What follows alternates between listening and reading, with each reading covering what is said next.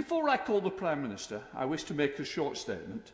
I regret that the main elements of the Prime Minister's statement were announced over the weekend. I understand that the statement was due to be made today, but was brought forward due to the leaks to the media. After speaking with the Prime Minister and Leader of the House, who went to great lengths to reassure me that the leaks were not from Downing Street, I expect the Prime Minister to keep the House updated on his leak inquiry. I also hope that if the leaker is identified, and if a member of this House, that member will make a full apology to the House of the discourteous and unacceptable behaviour. I would also like to point out that the British Sign Language interpretation for this statement is available to watch on the Parliamentary Live TV. Prime Minister! Mr. Speaker, with your permission, I will make a statement on the measures we must now take to contain the autumn surge of coronavirus, protect our NHS and save lives. On Saturday evening, the Chief Medical Officer and the Chief Scientific Advisor described the remorseless advance of this second wave. The extraordinary efforts being made by millions of people across the country, especially by those in very high alert areas, have made a real difference, suppressing the R rate below where it would otherwise have been. But the R is still above 1 in every part of England, as it is across much of Europe, and the virus is spreading even faster than the reasonable worst-case scenario. There are already more COVID patients in some hospitals now than at the height of the first wave. 2,000 more this Sunday than last Sunday. While the prevalence of the virus is worse in parts of the north, the doubling time in the south-east and the Midlands is now faster than in the north-west. Even in the south-west, where incidence remains low, current projections mean they will start to run out of hospital capacity in a matter of weeks. And the modelling presented by our scientists suggests that without action we could see up to twice as many deaths over the winter as we saw in the first wave. Faced with these latest figures, there is no alternative but to take further action at a national level. I believe it was right to try every possible option to get this virus under control at a local level with strong local action and strong local leadership. And I reject any suggestion that we are somehow slower in taking measures than our European friends and partners. In fact, we're moving to national measures when the rate both of deaths and infections, for instance, is lower than they were in France. We are engaged as a country in a constant struggle to protect lives and livelihoods, and we must balance the restrictions we introduce against the long-term scars they leave, whether for businesses and jobs or our physical and mental health. No one wants to impose measures unless absolutely essential, so it made sense to focus initially on the areas where the disease was surging and not to shut businesses, pubs and restaurants in parts of the country where incidence was low. I want to thank the millions who have put up with local restrictions, sometimes for months on end. I want to thank them and the local leaders who have understood the gravity of the position. And we will continue as far as possible to adopt a pragmatic and local approach in the months ahead. But we are fighting a disease, Mr. Speaker. When the data changes course, we must change course too.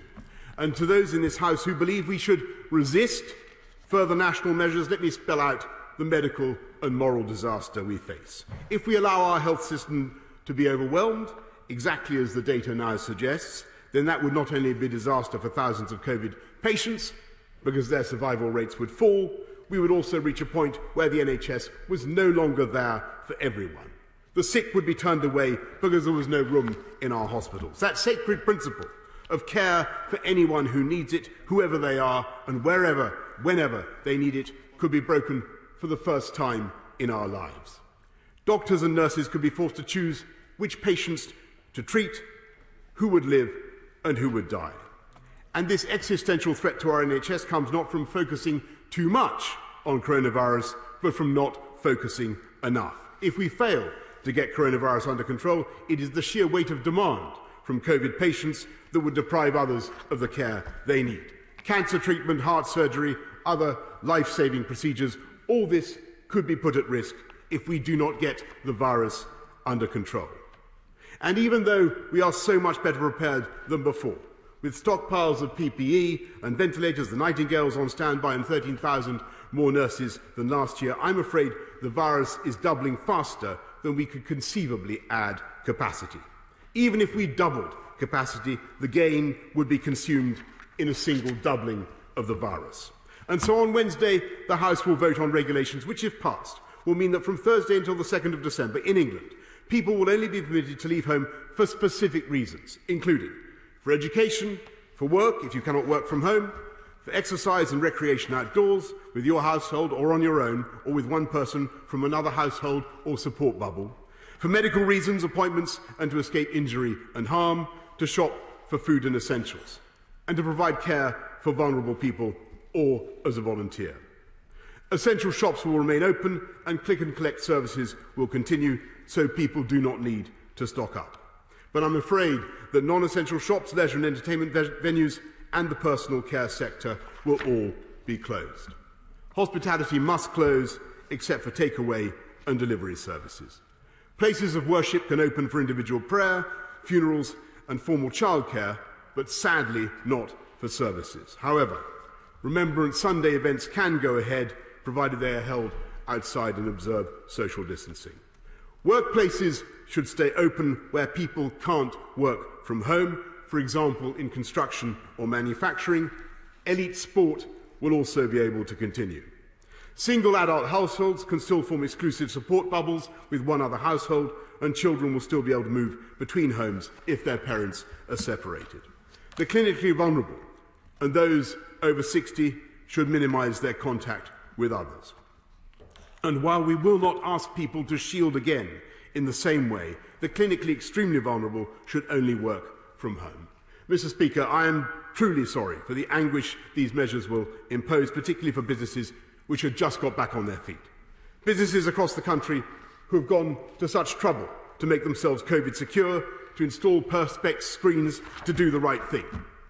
Each of these actions, Mr. Speaker, has helped to bring the R down, and their hard work, your hard work, will stand them in good stead, will stand you in good stead, but it is now clear that we must do more together. So the government will continue to do everything possible to support jobs and livelihoods in the next 4 weeks, as we have throughout. We protected almost 10 million jobs with furlough, and we're now extending the scheme throughout November. We've already paid out £13.7 billion to help the self-employed, and I can announce today that for November we will double our support from 40 to 80% of trading profits. My right honourable friend the Chancellor will also extend the deadline for applications to COVID loan schemes from the end of this month to the end of next, to ensure that small businesses can have access to additional loans if required. We are not going back to the full-scale lockdown of March and April, and there are ways in which these measures are less prohibitive. We have, for instance, a moral duty to keep schools open now, that it is safe to do so, because we must not let this virus damage our children's futures. So schools will remain open, colleges, universities, childcare and early years settings. And I am pleased that this will command support, Mr. Speaker, across this House. It's also vital that we continue provision for non-COVID healthcare, so people should turn up to use the NHS, to get their scans, turn up for appointments and collect treatments. Mr. Speaker, let me stress that these restrictions are time limited. After 4 weeks, on Wednesday the 2nd of December, they will expire, and we intend to return to a tiered system on a local and regional basis according to the latest data and trends, and the House will have a vote to agree the way forward. We have updated the devolved administrations on the action we're taking in England, and will continue to work with them on plans for Christmas and beyond. And while scientists are bleak in their predictions over the short term, they are unanimously optimistic about the medium and the long term. And if the House asks me, Mr. Speaker, what is the exit strategy, what is the way out, let me be as clear as I can. The way out is to get the R down now, to beat this autumn surge, and to use this moment to exploit the medical and technical advances we are making to keep it low. We now have not only the much better medication, the prospect of a vaccine, we have the immediate prospect of many millions of cheap, reliable and rapid turnaround tests with a result in minutes. Trials have already shown that we can help suppress the disease in hospitals, schools and universities by testing large numbers of NHS workers, children, teachers and students. These tests, crucially, identify people who are infectious but who do not have symptoms, allowing them immediately to self-isolate and stop the spread of the disease, and allowing those who are not infectious to continue as normal. This means that, unlike the spring, it's possible to keep these institutions open and still stop the spread of the disease. And so, over the next few days and weeks, we plan a steady but massive expansion in the deployment of these quick turnaround tests, which we will be manufacturing in this country, applying them in an ever-growing number of situations, from helping women to have their partners with them in labour wards when they're giving birth, to testing whole towns and even cities. The army has been brought in to work on the logistics, and the programme will begin in a matter of days. Mr. Speaker, we have dexamethasone, the first validated life-saving treatment for the disease, pioneered in this country. We have the real prospect of a vaccine, as I say, in the first quarter of next year. And we have ever more sophisticated means of providing virtually instant tests. I believe that these technical developments, taken together, will enable us to defeat the virus by the spring, as humanity has defeated every other infectious disease, and I'm not alone in this optimism. But I cannot pretend that the way ahead is easy or without painful choices for us all. And so for the next 4 weeks, I must again ask the people of this country to come together to protect the NHS and to save many thousands of lives. And, Mr. Speaker, I commend this statement to the House. Leader of the Opposition, Keir Starmer. Can I thank the Prime Minister for advance sight of his statement and for his call on Saturday to brief me on developments. Mr. Speaker, the central lesson from the first wave of this virus was that if you don't act early and decisively, the cost will be far worse. More people will lose their jobs, more businesses will be forced to close, and tragically, more people will lose their loved ones. The Prime Minister and the Chancellor failed to learn this lesson. As a result, this lockdown will be longer than it needed to be, at least 4 weeks. It will be harder. We've just missed half term, and the human cost will be higher. On the 21st of September, when the government's own scientist, SAGE, recommended an urgent 2 to 3 week circuit break, there were 11 deaths from COVID-19 and just over 4,000 COVID infections. For 40 days, the Prime Minister ignored that advice. And when he finally announced a longer and deeper national lockdown on Saturday, those figures had increased to 326 deaths a day and 22,000 COVID cases. That, Mr. Speaker, is the human cost of the government's inaction. The reality is that the two pillars of the Prime Minister's strategy, the £12 billion track and trace and regional restrictions, have not only failed to stop the second wave, they've been swept away by it. At every stage, the Prime Minister has been too slow, behind the curve. At every stage, he's pushed away challenge, ignored advice, and put what he hoped would happen ahead of what is happening. At every stage, he's overpromised and underdelivered. Rejecting the advice of his own scientists for 40 days was a catastrophic failure of leadership and of judgment. The Prime Minister now needs to explain to the British people why he failed to act and to listen for so long. But tougher national restrictions are now needed. The virus is out of control, and the cost of further inaction would be huge. So Labour will provide the votes necessary to make this happen. But we will also demand that the government doesn't waste these 4 weeks and repeat past mistakes. So can the Prime Minister answer some very simple and direct questions?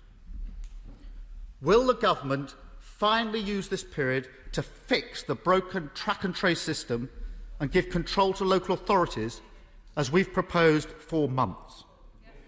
We all agree that schools should be kept open. So will the Prime Minister finally put in place the additional testing, support and strategy needed to make this happen? Will the Prime Minister confirm that the new economic package, I think it will be the Chancellor's fourth in 5 weeks, will be at least as generous as in March? And despite the partial step he announced today, will he go further to close the gaping holes in support for the self-employed? And will there be further support for the 1 million people who have already lost their jobs since March? How does the Prime Minister plan to get a grip on messaging and rebuild public trust? After all, Mr Speaker, this announcement is only happening today because it was leaked to the national papers before it came to Parliament. And finally, can he clarify what the process will be for exiting lockdown? Will it be only when the national R rate is below 1, or will some regions exit lockdown before others? I noticed the Prime Minister did not make this clear in his statement. This really matters because even before this national lockdown, millions of people have been living under restrictions for months. Leicester, for example, is on day 127. And after everything the British people have been through and are being asked to sacrifice again, they need confidence that the government actually has a plan, that there is light at the end of the tunnel. Mr Speaker, I know how difficult this next month will be, and the months to come. The lockdown will be harder, longer and more damaging than it needed to be. And now, more than ever, we must stand together as a country, as families and as communities, and show once again that at a moment of national crisis, the British people always rise to the moment and support those in need. Thank you, Mr Speaker. Prime Minister.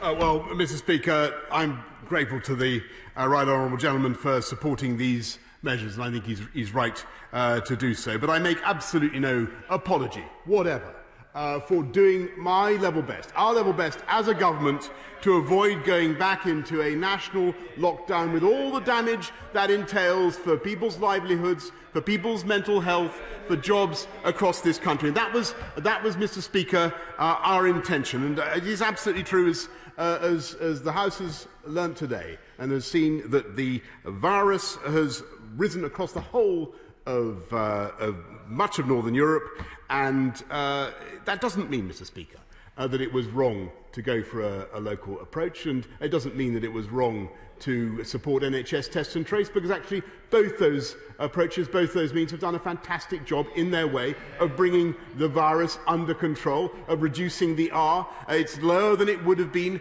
without those heroic local efforts, and it's lower than it would have been without NHS test and trace. And he should, in my view, he should stop continually knocking NHS test and trace, because we need people to self-isolate. And if there is one criticism that I accept many criticisms, but the one thing I do think that we need to get right is we need to see people self-isolating to a greater extent than they currently are. And it would be good if people across this House could therefore back and support NHS test and trace, because it is absolutely vital. Turning to some of the points that the right honourable gentleman made. Yes, it is absolutely true that we are going to protect schools particularly, and we're massively expanding testing for schools. I mentioned earlier on in my remarks about what mass testing can do for particular institutions, schools, hospitals, universities and others. He asked about help for the economy, for businesses and for the self-employed. And he perhaps didn't hear what I said, that we are massively increasing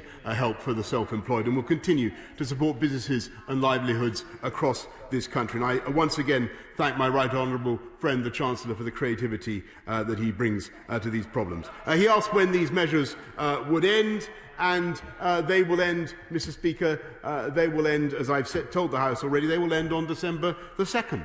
And the House has the right to decide and will vote on whatever measures it chooses to bring in. But we will then go back to the tiered system based on the data as it presents itself. Mr Speaker, he asks the people of this country to stand together against the coronavirus, and I couldn't agree with him more. And all I may respectfully say is that I think the people of this country would also like to see the politicians of this country standing together a little bit more coherently in the face of this virus.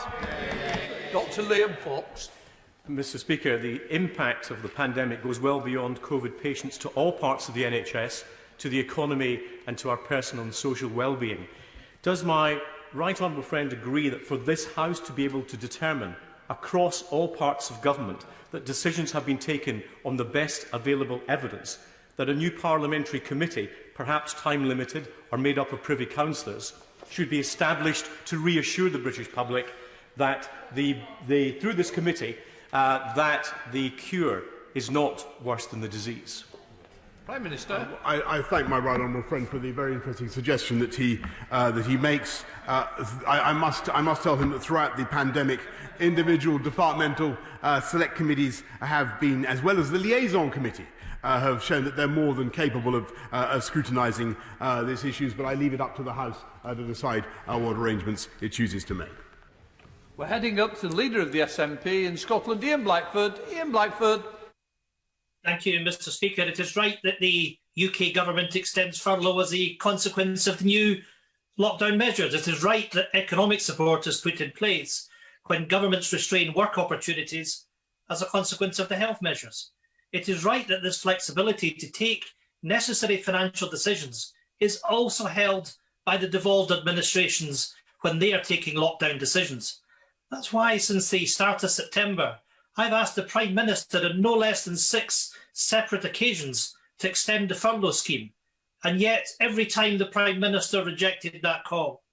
Mr Speaker, this weekend's last-minute U-turn on furlough has finally buried the nonsense of a union of equals, because people across these islands saw exactly what happened at the weekend. A mini extension to furlough was only granted at the 11th hour when one part of the United Kingdom needed it. This is a democratic disgrace. The Prime Minister only acted when England needed support. When Scotland needed full furlough support, Westminster said no. Mr Speaker, for many, this U-turn is already far too late. Thousands have already lost their jobs unnecessarily. Many good businesses have gone under, and millions of the self-employed are still excluded. So today, Mr Speaker, I have one very direct question for the Prime Minister. If requested by the devolved governments, particularly if they need to put in place additional lockdown measures, will the Prime Minister guarantee that the Treasury will make 80% furlough payments available when Scottish, Welsh or Northern Irish workers or businesses need it over the coming months? It is a simple question, Prime Minister, and for once, give us a straight answer to a question that the people of Scotland want to know. No more ducking and diving. Is it yes or no?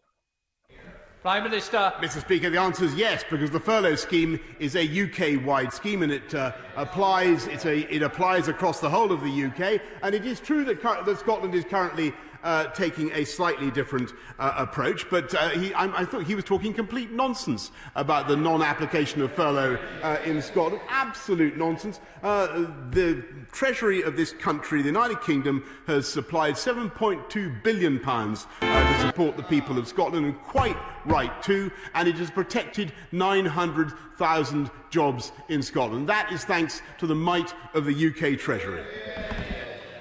Sir Charles Walker. Thank you, Mr Speaker. Mr Speaker, I will not be supporting the government's legislation on Wednesday because as we drift further into an authoritarian, coercive state, the only legal mechanism left open to me is to vote against that legislation. That is all we've got left, Mr Speaker. If my constituents protest, they get arrested.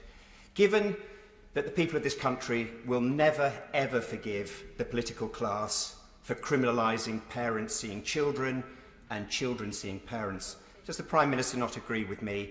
Now is the time for a written constitution that guarantees the fundamental rights of our constituents, a constitution underpinned and enforced by the Supreme Court.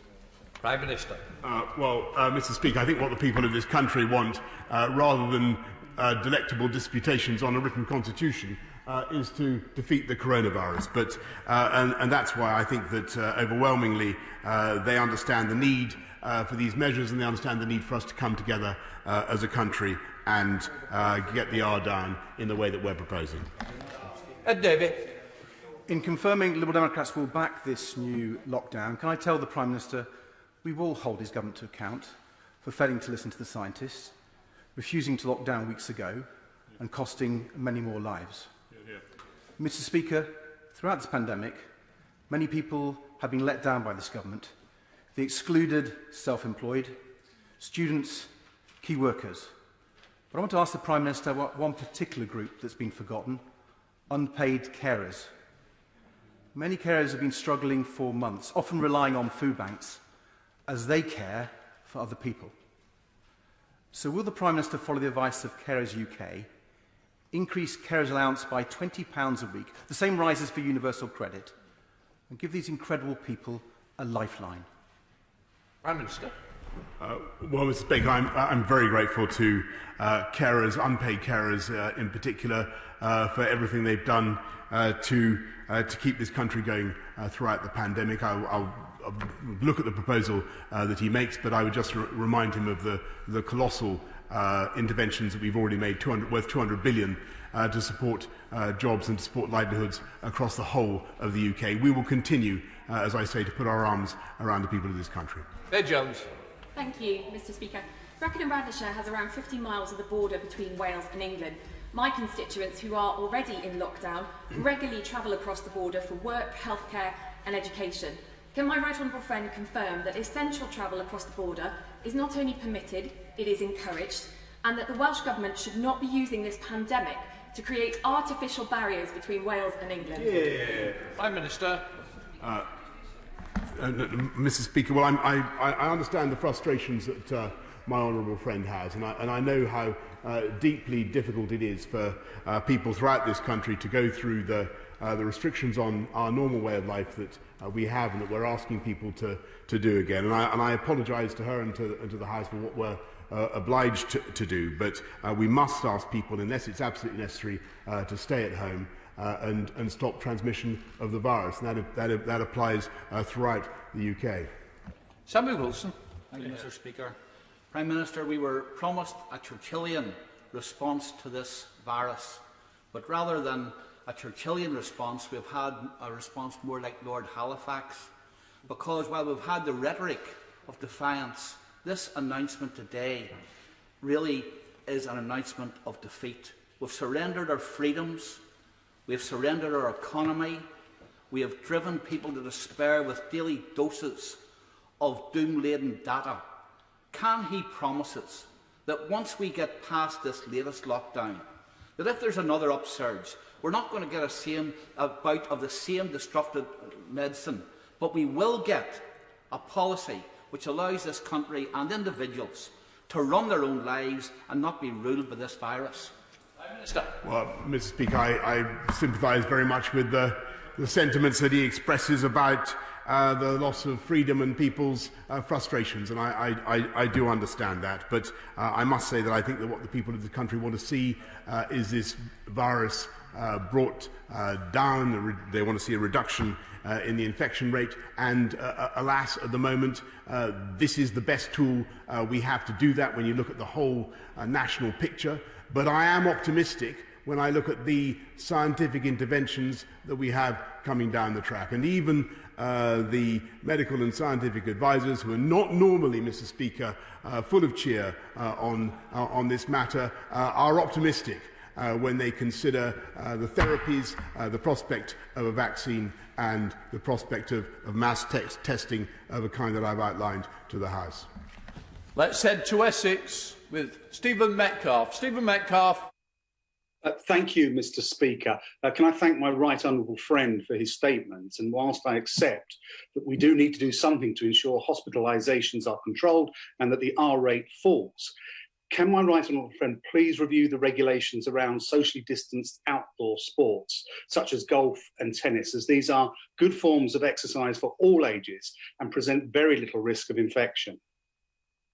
Prime Minister. Well, I sympathise again, Mr. Speaker, with the point that my honourable friend makes, and I'm glad he makes it. All I can say, Mr. Speaker, is that honourable members should get onto the website. Members of the public should get onto the website and look at exactly what is permitted. But the reality is that we have to stop.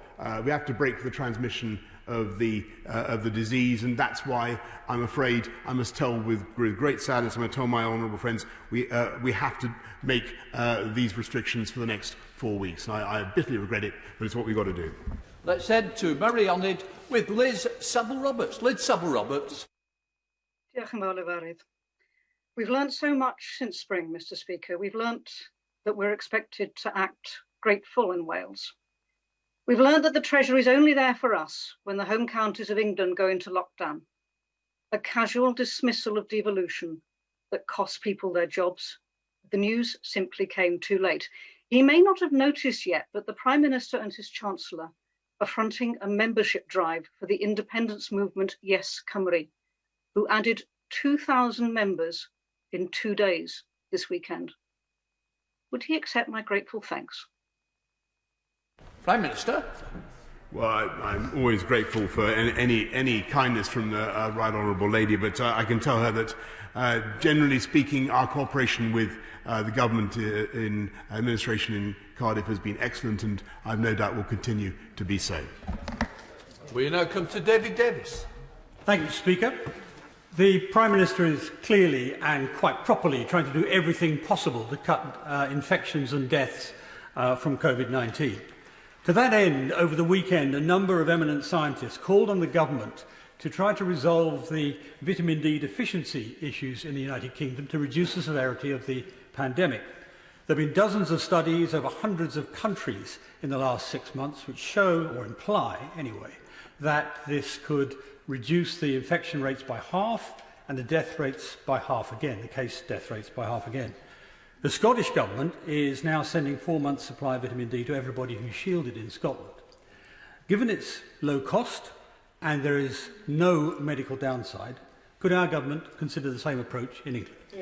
Prime Minister. I'm very grateful to my right honourable friend. He's entirely right that we are indeed looking at the possible beneficial effects of vitamin D, and I know that we'll be updating the House shortly.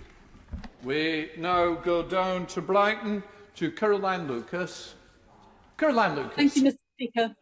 Thank you, Mr Speaker. Extending support for the self-employed is welcome, but it does nothing for the over 3 million self-employed and freelancers who've been unfairly left out of previous schemes and are still excluded. Huge numbers of those working in the arts and hospitality in my Brighton constituency, for example. Will he look at that again, and will he take one small but simple step that would help? Will he acknowledge that the minimum income floor under universal credit discriminates against anyone with an unpredictable and variable income? And will he delay its impending reintroduction? Prime Minister. Mr Speaker, I can tell the Right Honourable Lady that we are supporting the answers she knows with a £1.57 billion package. They're vital for our country. They're massively important to the UK economy. And her point about the minimum income floor for universal credit is one that the government well understands, and we are looking at actively at the moment. Sir Bernard.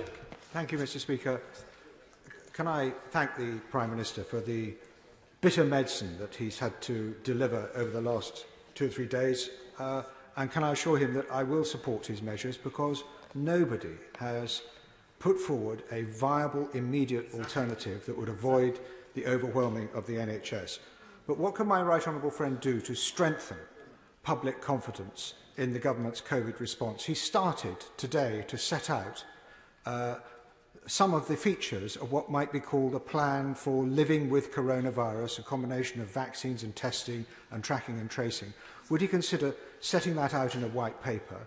And would that include transformation of not just the logistics of Test, Track and Trace, but of the leadership of Test, Track and Trace, so that they can run a coherent and viable campaign to change the behaviour by consent and cooperation, and get compliance and public confidence in that programme? And finally, will he publish more of the analysis and data behind the decisions he's had to take, so that people can understand why the government is making these decisions more clearly, and there will be more transparency and accountability? Prime Minister. Well, I'm grateful to my right honourable friend for all his excellent suggestions. We're certainly happy to publish all the data, and I've tried to set out to the House earlier on, Mr. Speaker, our plan for the way forward, and he's absolutely correct that it does rely on not just getting the virus down now in this 4-week period. That's the objective, but also to ensure that we make the maximum possible use of the various scientific developments, not just the vaccine and new therapies, but, as he says, improved testing. And I can certainly assure him that the military will be closely involved. Corinne Smith. Thank you, Mr. Speaker. My constituents in Bristol South did everything asked of them. They obeyed the rules, a great personal sacrifice. And now they're being asked to do it again because of his government's failure. Trust is absolutely now at rock bottom. So to rebuild that trust, his two key planks are around test and trace and the tier system. Firstly, he needs to sack Baroness Harding. I know she's a friend. I know it's difficult, but it's clearly been a failure and needs to give that £12 billion resource back to the experts on the local ground who know how to use it and to support people isolating. And secondly, he's going to return to the tier system. That's all we know about what happens on December the 3rd. What is the real plan? If the tier system has worked, Bristol is currently in Tier 1. Are we to expect Bristolians to return to Tier 1 on December the 3rd? Prime Minister.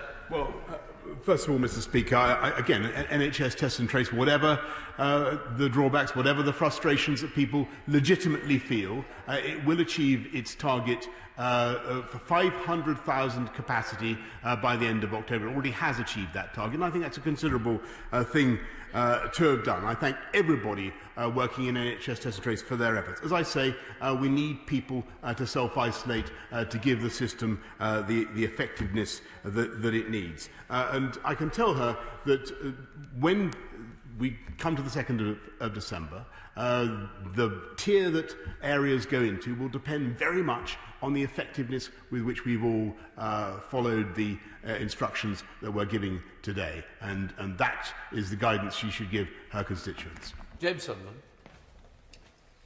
Mr. Speaker, lockdown is a necessary evil and comes with a lot of pain. But like the member for South Basildon earlier, many of my constituents in Bracknell have contacted me to express concern about the effective closure of gymnasiums, golf clubs and tennis clubs.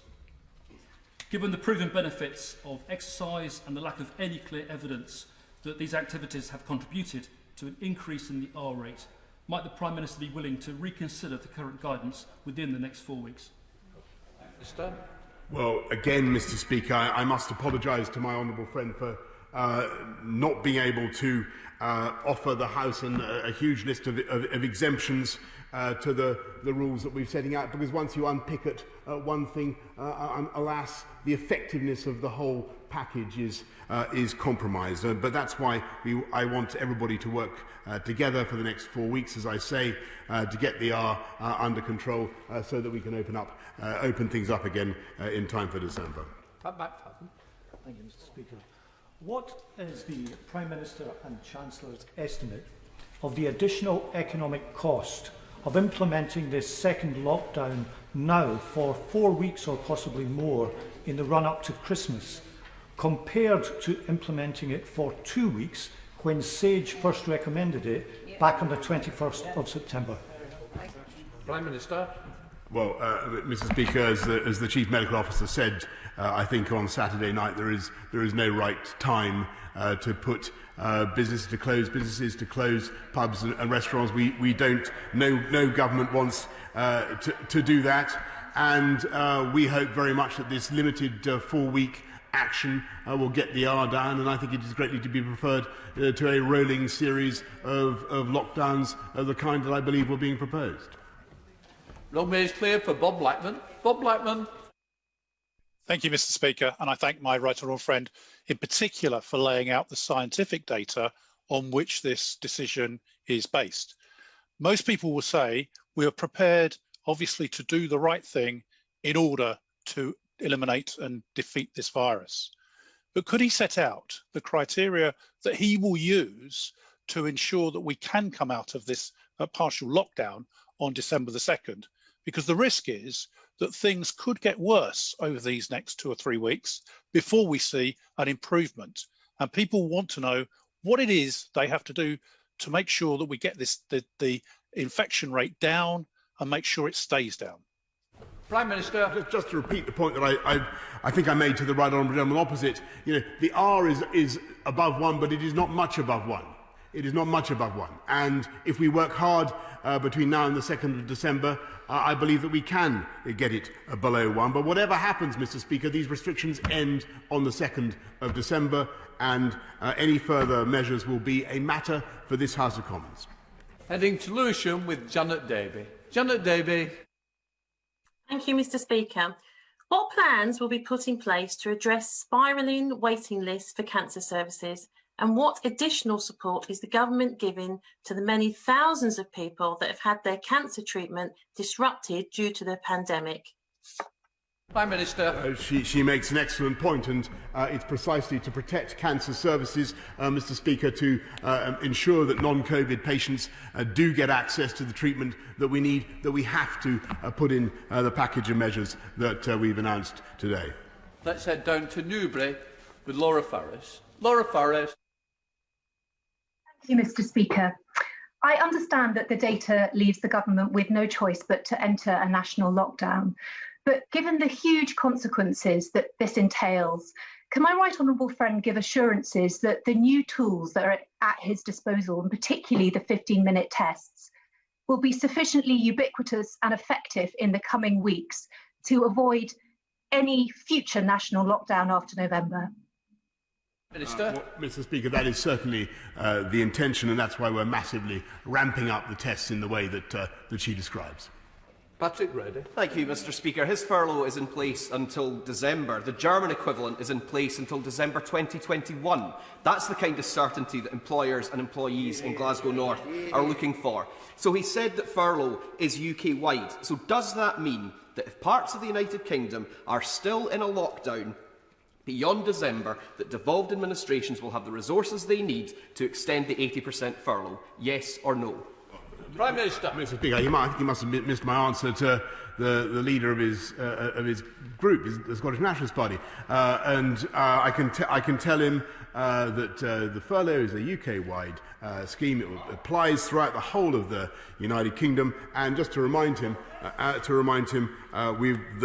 UK has already contributed 7.2 billion to Scotland to support Scotland, the people of Scotland, throughout the crisis. Sir Graham Brady. Thank you, Mr. Speaker. Can I ask my right honourable friend before Wednesday to publish a full impact assessment setting out the cost of the lockdown in terms of jobs that will be lost, businesses that will fail, and the enormous toll on people's mental and other aspects of their health, the lives that will be lost as a result of lockdown, as well as those that we hope to save? Prime Minister.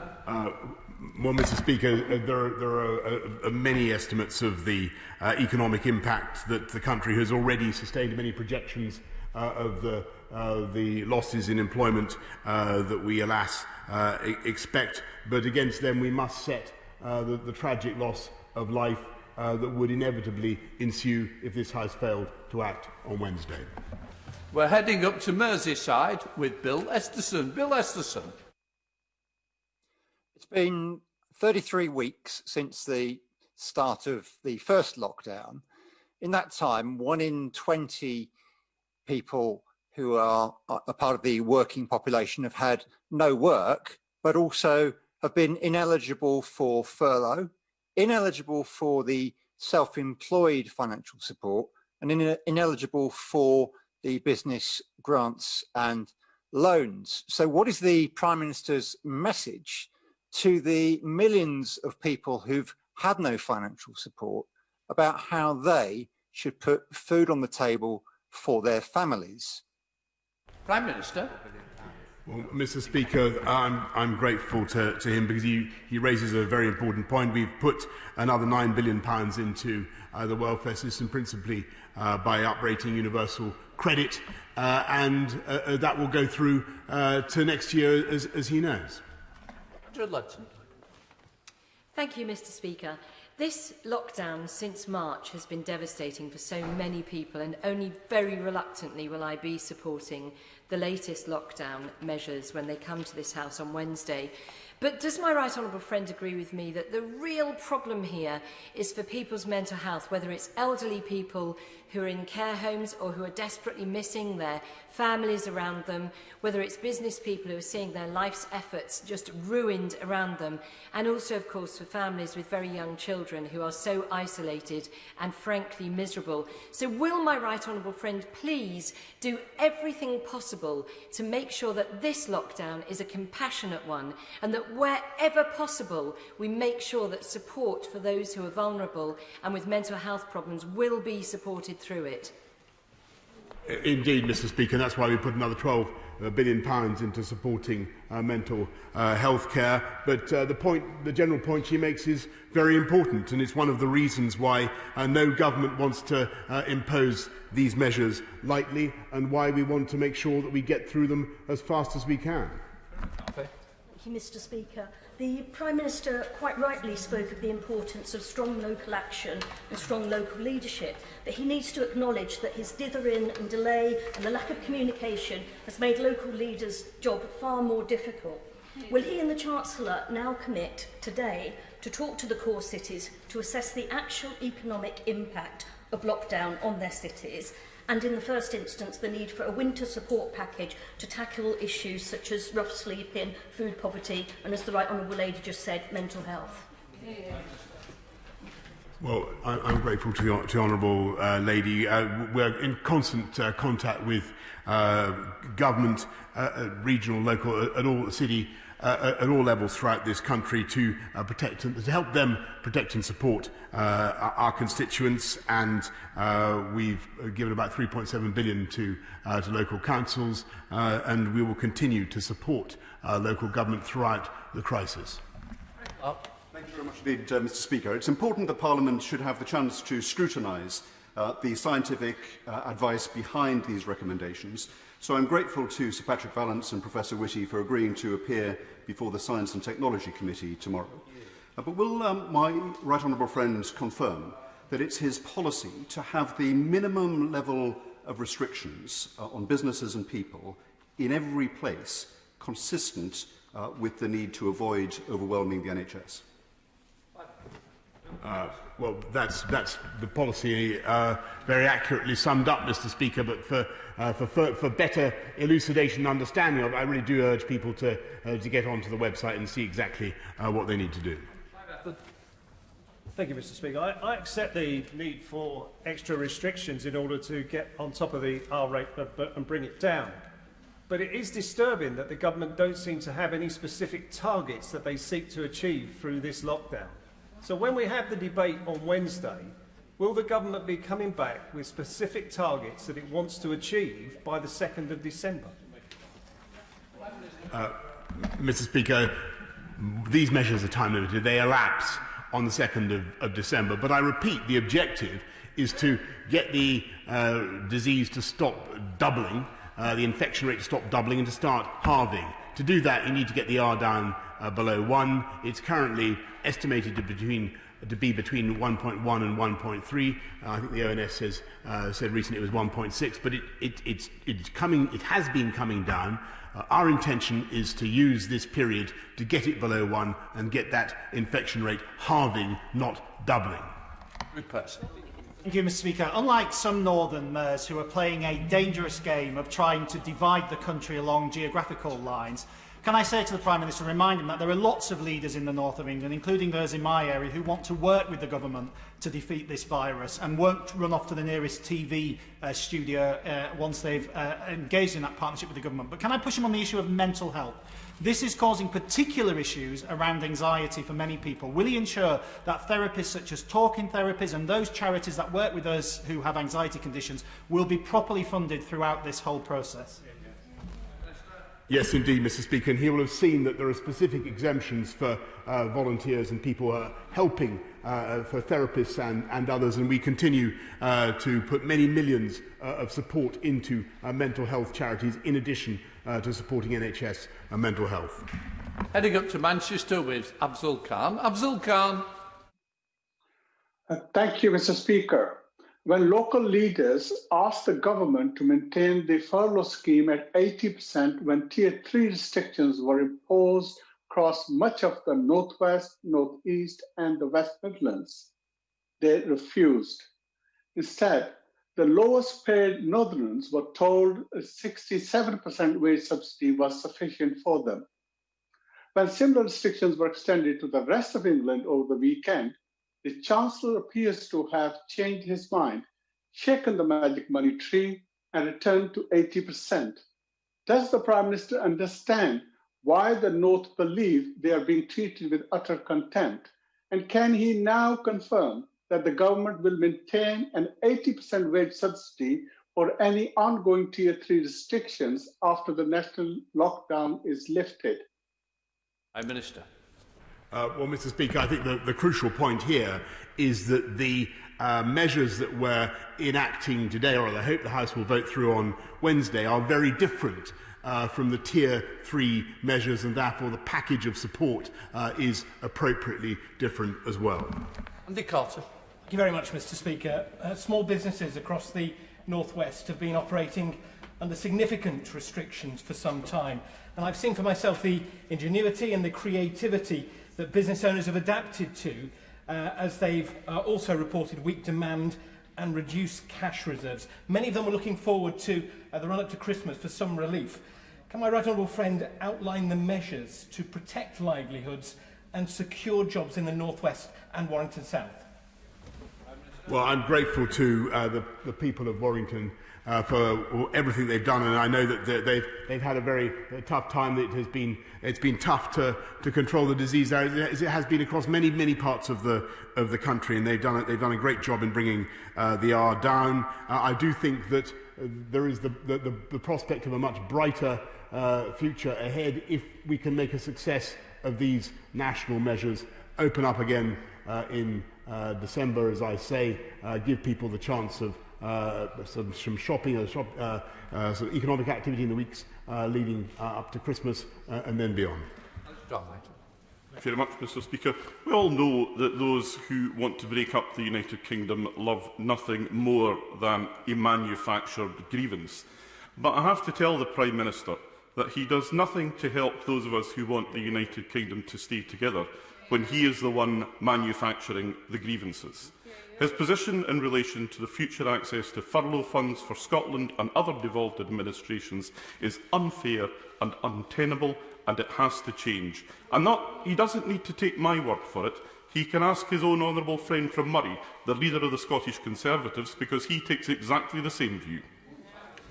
But, Mr. Speaker, I must respectfully remind the right honourable gentleman of what I've said repeatedly throughout this afternoon. The furlough scheme is UK-wide. It will continue to apply in Scotland. Of course it will. Thank you very much, Mr. Speaker. I thank my right honourable friend, the Prime Minister, for his statement. And I do take note of his answers to my honourable friends from South Basildon and East Thurrock and from Bracknell. But there are outdoor recreational activities, such as swimming at the Beccles Lido, that can take place in a socially distanced and responsible way. And I'll just urge him to reflect on that. And can he also ensure that indoor leisure and hospitality businesses that are required to close will receive the necessary support to get them and their staff through this crisis?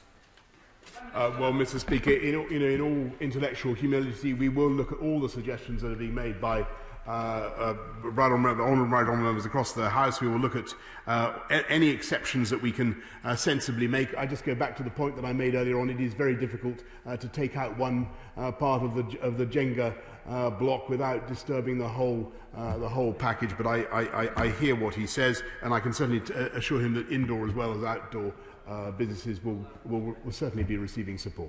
Thank you, Mr. Speaker. Can I thank the Prime Minister for his statement today? Prime Minister, I understand that there will be a Barnett consequential for Northern Ireland, and I welcome this commitment by government to that. But can I ask the Prime Minister to recognise that the closure of many sectors in England has a massive effect and impact across the United Kingdom, and in particular, given that so many companies in Northern Ireland supply the English market, and therefore UK-wide supports are needed. So can I ask the Prime Minister, what extra support or what will there be for the Barnett consequential for Northern Ireland? Mr. Speaker, I'm grateful to the honourable gentleman, and we're making sure that people across the whole of the UK get the support that they need. I think things have been tough in Northern Ireland lately, and I think the overall package has been worth about £2.4 billion so far, but obviously there will be more to come. Mr. Speaker, I strongly support these painful measures, and the Prime Minister's transparent reluctance to take away people's liberties will reassure many people that they are absolutely necessary. It won't surprise him that I want to ask him about the testing of NHS staff. In July, Chris Whitty told the Select Committee that he supported regular testing of NHS staff if there was a surge. We now have that surge, but less than half of NHS trusts are testing on a weekly basis all their staff. So will he reassure NHS staff they're not infecting their own patients, reassure cancer patients that it is safe to go into hospitals, reassure the country that the NHS is not going to become a COVID-only service by saying that when we start this new lockdown, we will also start weekly testing of all NHS staff? Mr. Speaker, we are rolling out testing of all NHS staff as fast as we possibly can, and we're all too aware of the risk of nosocomial infection of the kind that we saw last time. One of the things we're doing this time, Mr. Speaker, is greatly expanding the use of novel mass testing devices such as the LAMP technology, which I'm sure he's familiar with in NHS settings. But where we want to get to, Mr. Speaker, as I told the House earlier on, is a world in which we're testing these particularly vulnerable institutions, hospitals, care homes, schools, universities, with regular mass lateral flow testing of the kind that I've described. Jones. Thank you, Mr. Speaker. Participation in sport is vital for our nation's physical and mental health. Now, the Prime Minister on Saturday night at his press conference triumphantly announced that the Premier League would continue, but his announcement today means that local amateur football will not be able to continue.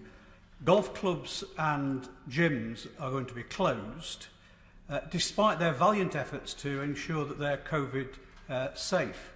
So can I ask the Prime Minister to publish the specific scientific data behind these set of decisions? Mr. Speaker, I'm happy to provide all the scientific data on which these decisions have been made, but I think what the House will appreciate is that for any particular human activity, you can always find an arguable exemption from these measures, or for many of them. The difficulty is that to be consistent and to have a package that works, you need to have a thoroughgoing series of measures of the kind that we have described. I bitterly regret that we have to curtail for 28 days football clubs and sporting activities in the way that we are. I bitterly regret it. But that is, I believe, necessary to get the R down. Let's head to Central Devon with Mel Stride. Mel Stride. Thank you, Mr. Speaker. This lockdown will inevitably have very serious consequences for our economy and for the livelihoods of millions of people up and down our country, and for many, many years to come. My right honourable friend has rightly stated that he does not wish to see the NHS overwhelmed, but equally, Mr. Speaker, we do not wish to see our UK economy overwhelmed either. So would my right honourable friend agree with me that perhaps we need a more balanced debate about lockdown, involving both scientists and economists more prominently? And with that in mind, would he consider perhaps the government's chief economic advisor or similar economic expert joining government scientific experts for number 10 press briefings? I'm grateful to my right honourable friend. I'm not sure that I want to put the government's chief economic advisor through the experience of the press briefings, but we are always aware. We are always aware of the economic consequences and the downsides of what is being, what alas we are forced to do at the moment. That's why it's vital that we work together, get the R down below 1 again. It's only just above 1. I do believe we can do it by the 2nd of December, and then, Mr. Speaker, open up the economy again in the way that I know both he and I would like to see. Deirdre Brock. Thank you, Mr Speaker. Small businesses in my constituency of Edinburgh North and Leith and right across the UK are facing permanent closure. Their rainy day funds are exhausted, the personal investments of owners and partners are about to be lost, and the millions of people that they employ are facing redundancy. Will the Prime Minister give a guarantee this will be treated with the same urgency that a UK government treated a threat to the banks a few years ago? And will he commit to directing major cash resources to small enterprises and the self-employed to see them through this? Any recovery will be built on their backs. What will his government do to protect them? Mr Speaker, she's completely correct in what she says about the recovery. It will be on the backs of businesses, small, medium-sized businesses up and down the land. That's why we've extended a massive package of support, as she knows, £25,000 grants, bounce-back loans, all the investments that we made, a total package worth £200 billion. But for those now forced to close by these restrictions, grants of £3,000 and those £2,100 for those who may not be legally forced to close but are adversely affected, and as she knows, cuts in VAT and deferring of business rates until next year. I'm pleased in his answer to the Honourable Lady, the Prime Minister has acknowledged the burden on businesses, but independent traders and hospitality venues in Rugby and Bulkington, after a difficult year, we're looking forward to the months of November and December and the run-up to Christmas as their peak sales period. Is the Prime Minister confident that the cost to business in losses of turnover and jobs is a price worth paying? And can you reassure them that after this short-term pain, it'll be back to business on the 2nd of December? And may I just ask him, why can't pubs sell takeaway beer to go with their takeaway food? Mr Speaker, I'm grateful to him. I think the answer is again, there's a budget of measures that we need to bring together to get the R down, and alas, when you start unpicking one bit, logically a lot of the rest of it comes out. His fundamental question is the right one. I think the people of this country want to put human life first. They want to save as many lives as possible, and that must be our overriding aim. And it is our overriding aim. But we think that if we enforce these measures properly, and if people self-isolate, if they're contacted in the way that they should, then we can get the R down below 1 in the way that I have described, and we can have businesses able to open up again and to do Christmas business insofar as they possibly can. Rachel Hopkins. Mr Speaker, the Prime Minister knows that Luton suppressed the virus by increasing local testing capacity to track and isolate the virus, and a huge effort by our diverse community to do our bit. With the virus increasing across the country, what protections will he put in place for Black, Asian and minority ethnic communities who we know are at risk and currently disproportionately represented in ICU admissions? I'm grateful to the people of Luton for everything that they've done, as I am to everywhere across the country who's worked so hard to get the virus down. It's absolutely true that there are some people, black and minority groups, who are proved particularly vulnerable, and they need enhanced protection, enhanced testing arrangements, which we put in place long ago, and particularly to ensure that people who are working in conditions where they may be more vulnerable to viral load from others get the protection that they need. Speaker, I've listened carefully and engaged in many detailed briefing sessions about this latest escalation. But to respond to my constituents and echo members across the House, can the Prime Minister give some clarification on the rationale around gym closures and restrictions on places of worship, especially as so many in Harben and Haslingden have worked extremely hard to make sure that they're COVID secure? Mr Speaker, again, I'm grateful to my honourable friend. The rationale is very simple. It is to reduce the overall spread of the virus and to get the R down below 1. That is the rationale. Rachel Muskell. Mr Speaker, charities have been never more needed, and as fundraising opportunities have dried up and retail stores are closing down, charities themselves are predicted to have a £10 billion deficit and yet are providing more and more services. What additional resources will the Prime Minister bring forward to ensure that they can deliver vital services at this time?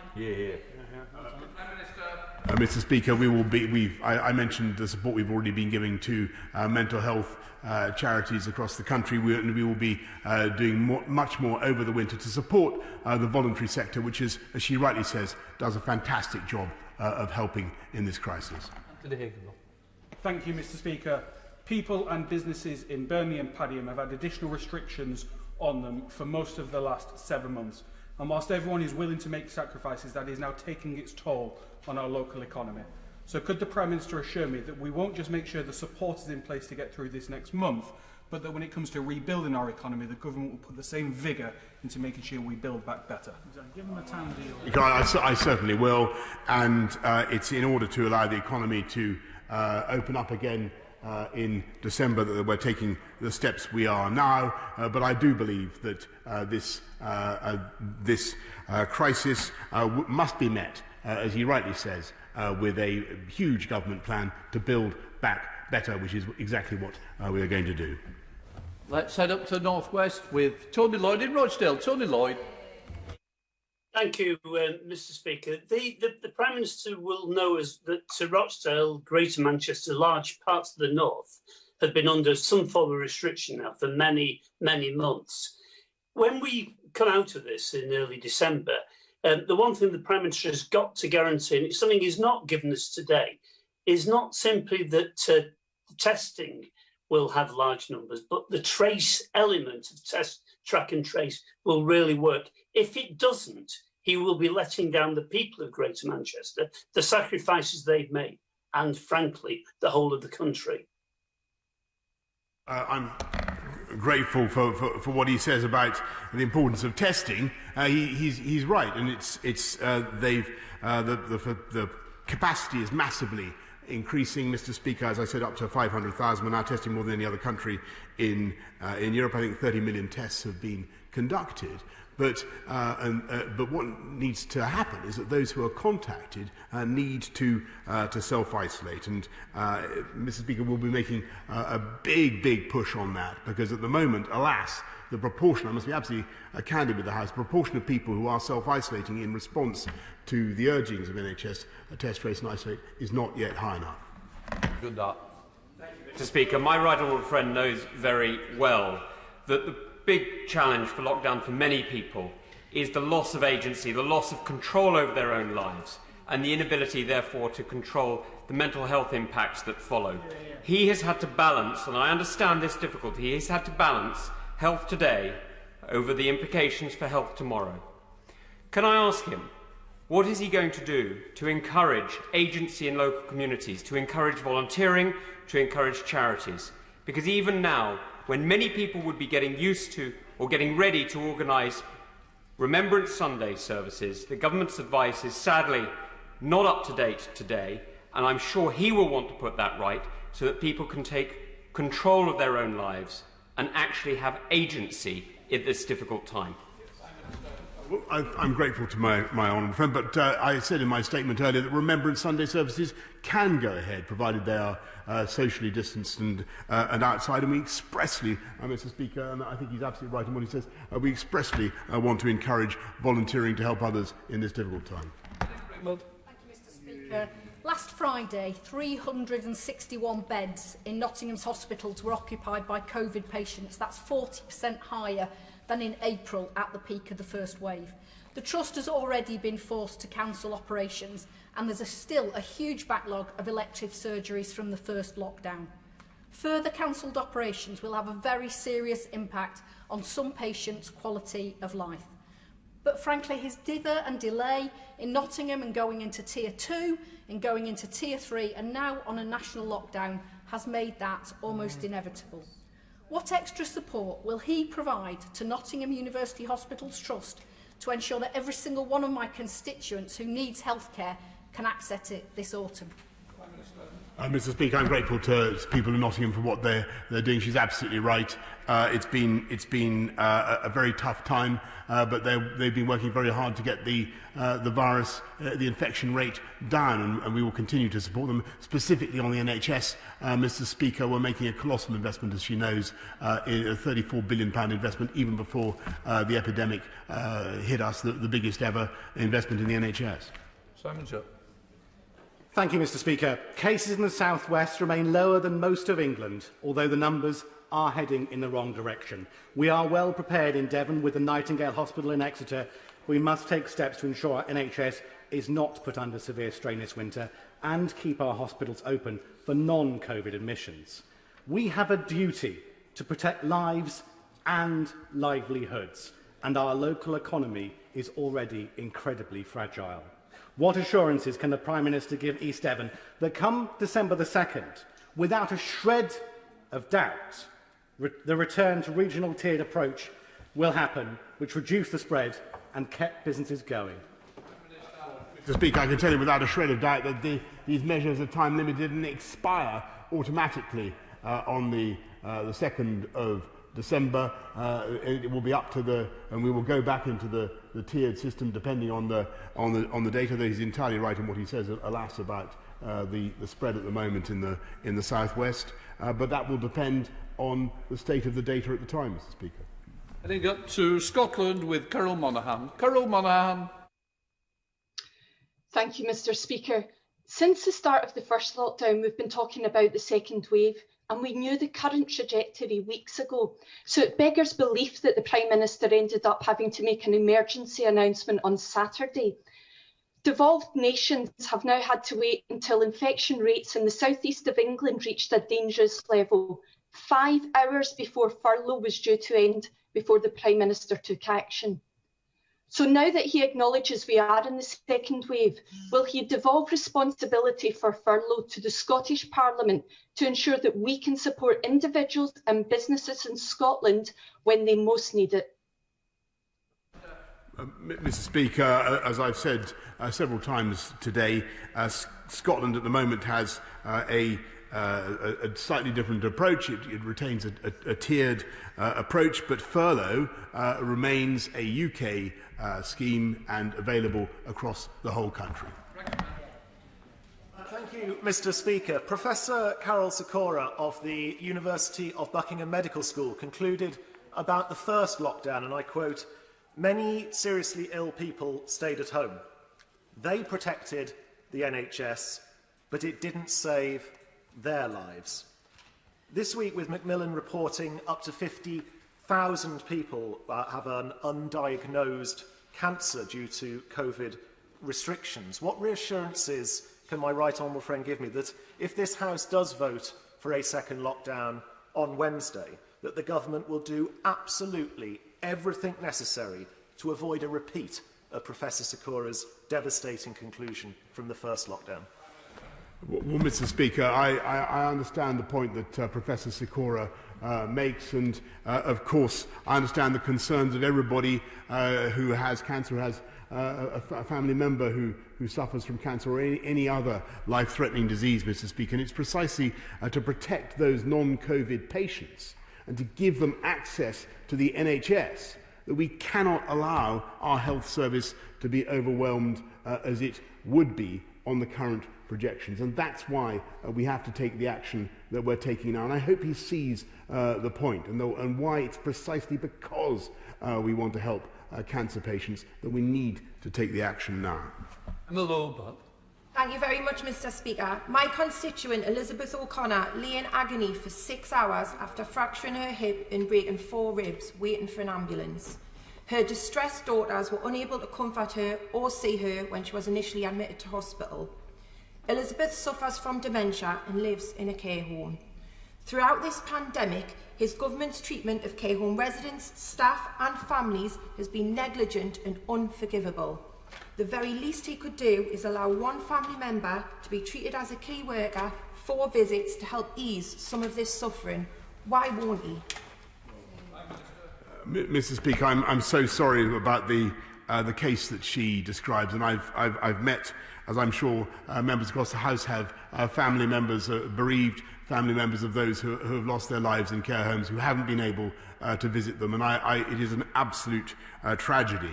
All I can tell here is that we're doing our absolute best to allow people to visit their relatives in extreme circumstances, making sure that they have the PPE that's necessary. But what we cannot have, Mr. Speaker, is another outbreak of the kind that we saw in care homes. And alas, the virus is transmitted readily in care homes and between care homes. Mr. Speaker, we mustn't see that again. Now heading down to Basil and Billericay with John Barron. John Barron. Thank you, Mr. Speaker. I commend the Prime Minister for his statement and will be supporting the government on Wednesday. We must prioritise saving lives wherever possible. But may I suggest the elderly should be allowed more leeway? Given that Sweden recently removed shielding advice for its over 70s, concluding that the general risks to their health from loneliness and isolation outweigh those from the virus, what cost-benefit analysis has the government undertaken as to the balance of risks to public health and society from lockdown on the one hand and from the coronavirus on the other? Well, Mr. Speaker, we're not actually bringing back shielding, as I mentioned earlier on, that we do think the elderly need to take special steps to protect themselves. I just mentioned in connection with Sweden, Mr. Speaker, that actually the Swedish example is not quite the one, not quite the slam dunk that perhaps some people think. If you look at Sweden, they don't, for instance, allow pupils over 15 to get back into school, whereas we prioritise keeping our schools open, Mr. Speaker. And that's a balance that we strike the whole time. It's a balance between keeping our economy moving as far as we can, keeping our schools open, and defeating the virus. And that's what we're trying to do. Alex Davies-Jones. Mr. Speaker, we are now halfway through our firebreak lockdown in Wales, and much of the North West, the North East and the West Midlands have faced significant local restrictions for months now. When devolved administrations and local governments argued that the 67% furlough scheme was insufficient, the UK government said that this was the best they could do. And yet, when similar restrictions were extended to England, including large swathes of the south, they then changed their minds and have gone back to 80%. So why does this government have one rule for the south of England and another one for the rest of the United Kingdom? Well, Mr. Speaker, the answer is that we have a different package of support for different measures, and that's entirely what you'd expect. But there is now uniformity, and it is our view that the furlough remains available throughout the UK. Big Becker. Thank you, Mr. Speaker. My right honourable friend will know the basis on which the Public Health Act 1984 is subject to judicial review. Would he look at the advice given to MPs by Lord Sumption this morning, that now that Parliament is sitting throughout this lockdown, we could increase parliamentary scrutiny and legitimacy of the lockdown by moving to using the Civil Contingencies Act instead of the Public Health Act 1984?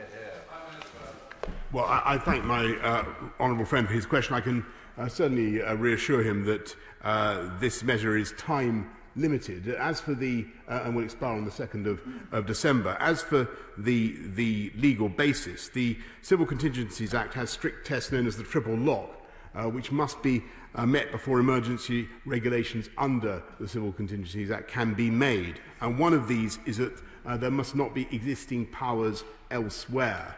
And the 1984 Public Health Act offers clear powers to impose restrictions on public health grounds, and that's why, despite his very useful suggestion, the Public Health Act is the more appropriate route. Duncan Baker.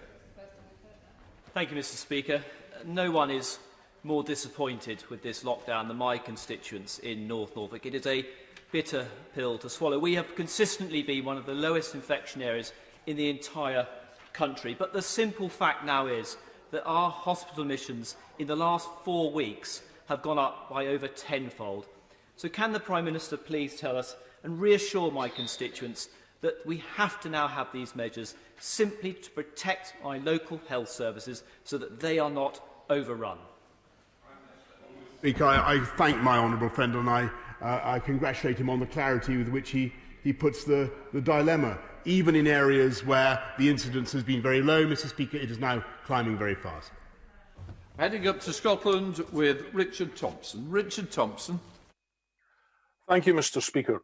It was reported at the weekend that the chair of the UK government's vaccine task force showed official sensitive government documents to an event for US venture capitalists, a move which a former chairman of the Committee of Standards and Public Life described as seriously ill-advised. With jobs being awarded even in the midst of a pandemic, without recourse to open recruitment processes, and billions of pounds of public procurement being awarded without going through open processes, what steps does the Prime Minister plan to take to restore public confidence in the competence and probity of his government, and to help reassure people that there isn't a coronavirus at the heart of his government, which requires eradication every bit as much as the coronavirus outside of it? Prime Minister. Mr. Speaker, I thank people who are working pro bono on the NHS test and trace who come under repeated attack or on our vaccine task force, and it is thanks to their hard work that the UK is among the front runners in being on the verge of being able to deliver a vaccine. If and when a vaccine is produced next year, and I must tell the House it is by no means certain, but if and when it emerges, it will be at least partly thanks to their hard work. Greg Williams. Greg Williams. Right. Thank you, Mr. Speaker.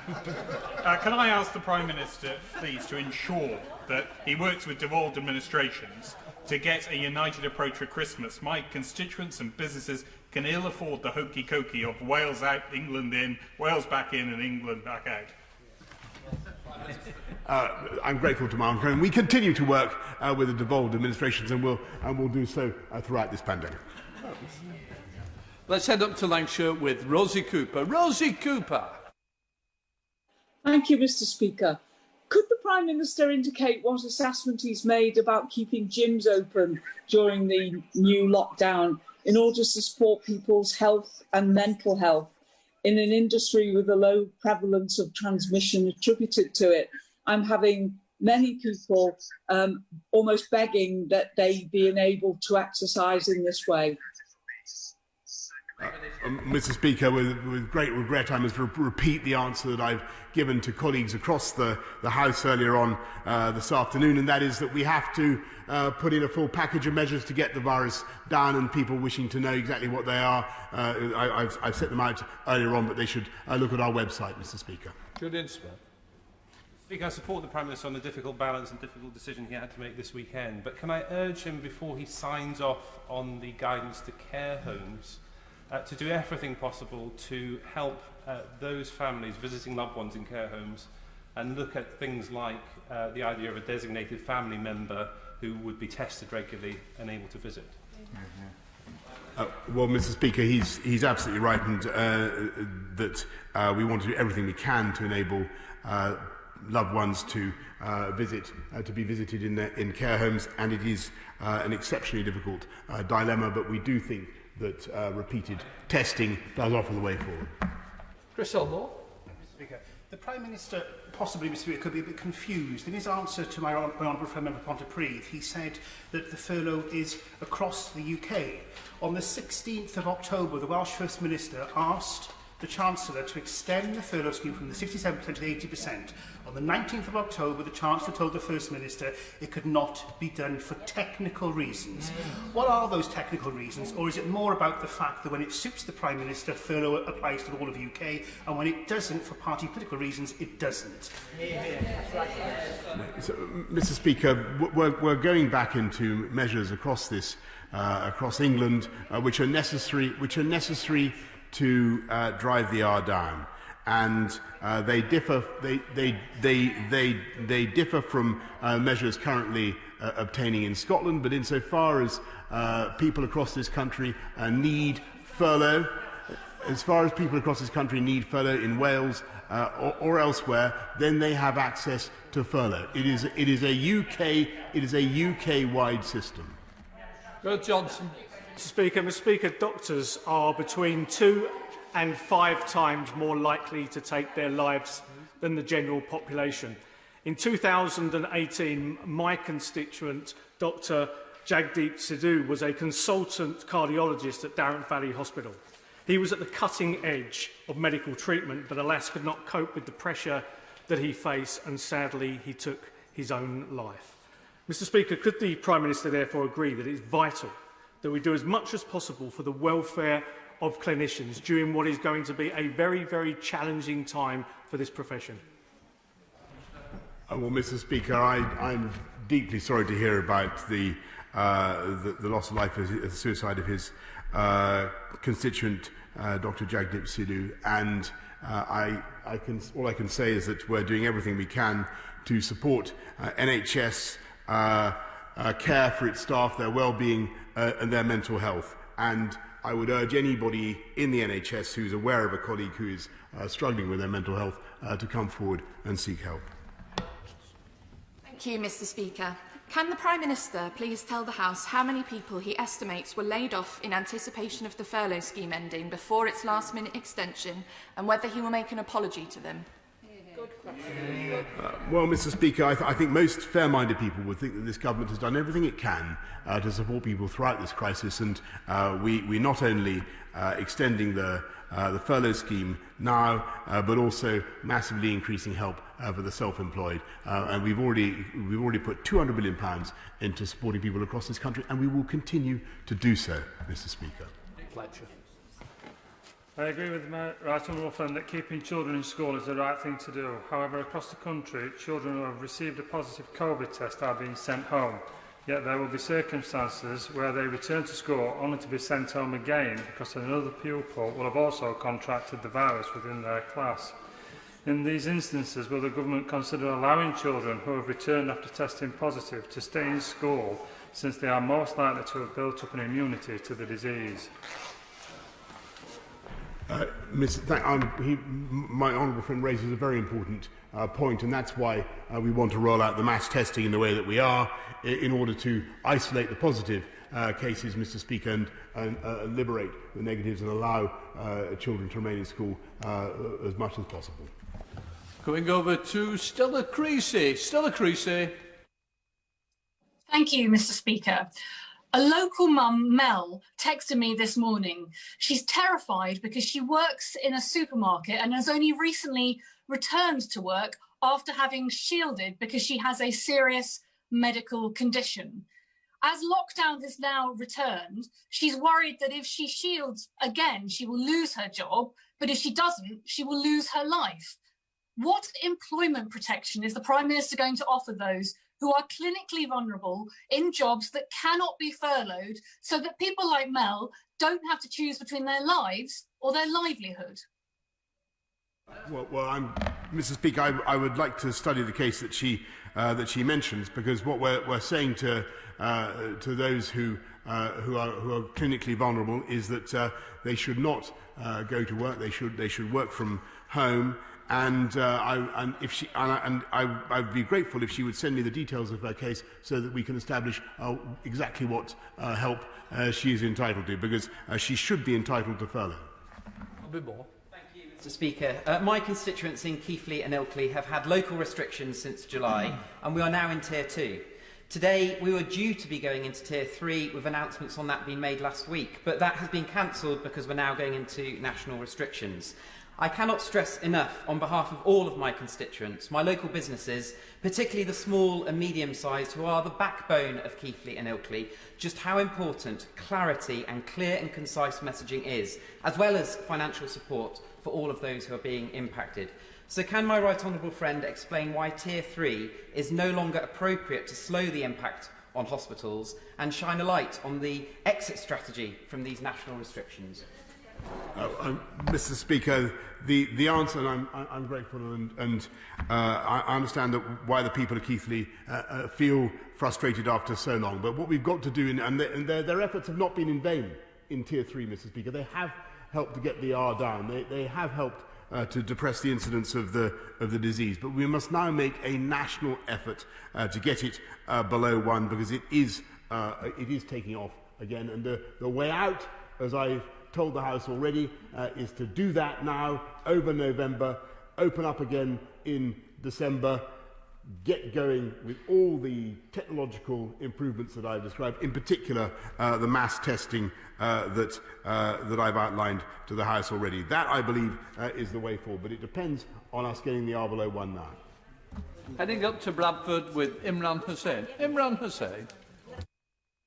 Mr. Speaker, many of my constituents from all faiths have raised serious concerns about the restrictions that will effectively close religious institutions at a time when people need more than ever the comfort and security that their faith provides, putting a heavy burden on people's mental health.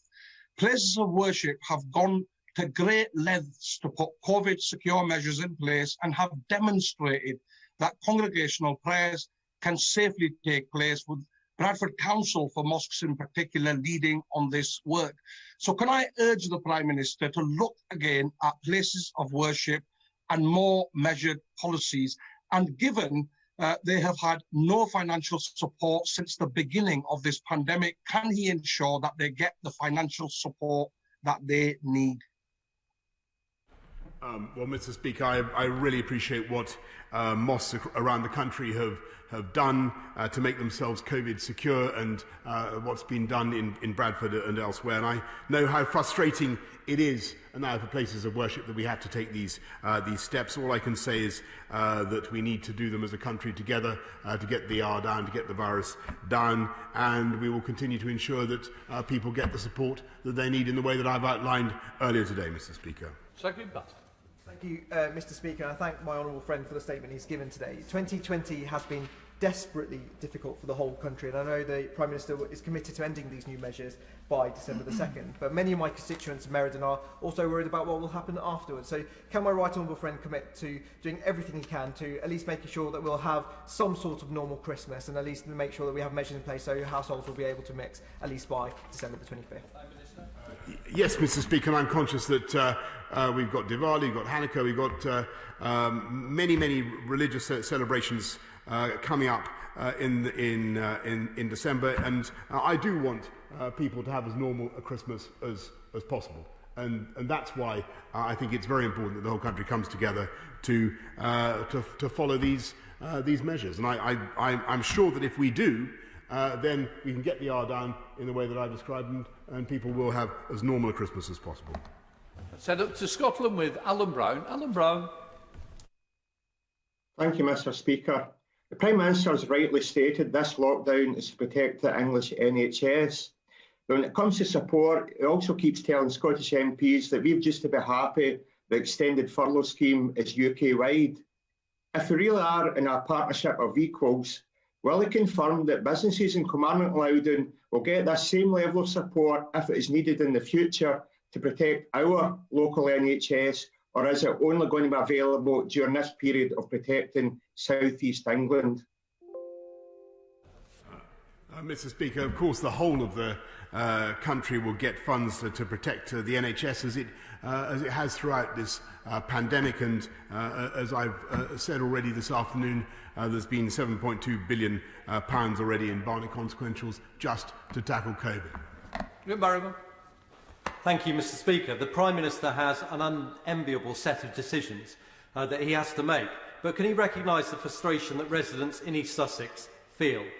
We have one of the lowest COVID rates of any county across England, and the admissions for COVID in East Sussex Healthcare Trust is currently 20, and there isn't one placed in a high dependency unit. So the residents have clearly done the right thing, but they are faced with a national lockdown. Can the Prime Minister demonstrate to me that the damage that will be caused to East Sussex by locking down on our economy, on liberty, on lives, on livelihoods, would be a lot worse were we to do absolutely nothing?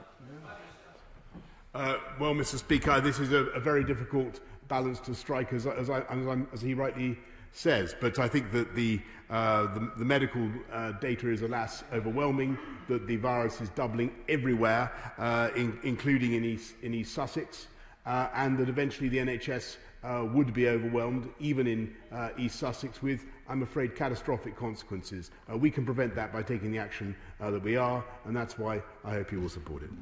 Let's head up to Manchester with Lucy Powell in Manchester Central. Lucy Powell. Thank you very much, Mr. Speaker. I don't know about you, Mr. Speaker, but I'm still not clear what has actually changed from 2 or 3 weeks ago when the Prime Minister was ridiculing my honourable friend, the Leader of the Opposition, apart from him yet again changing his strategy. As he himself has said, infection rate rises have slowed over that period, and hospital admissions reflect the infection rate from 2 or 3 weeks ago.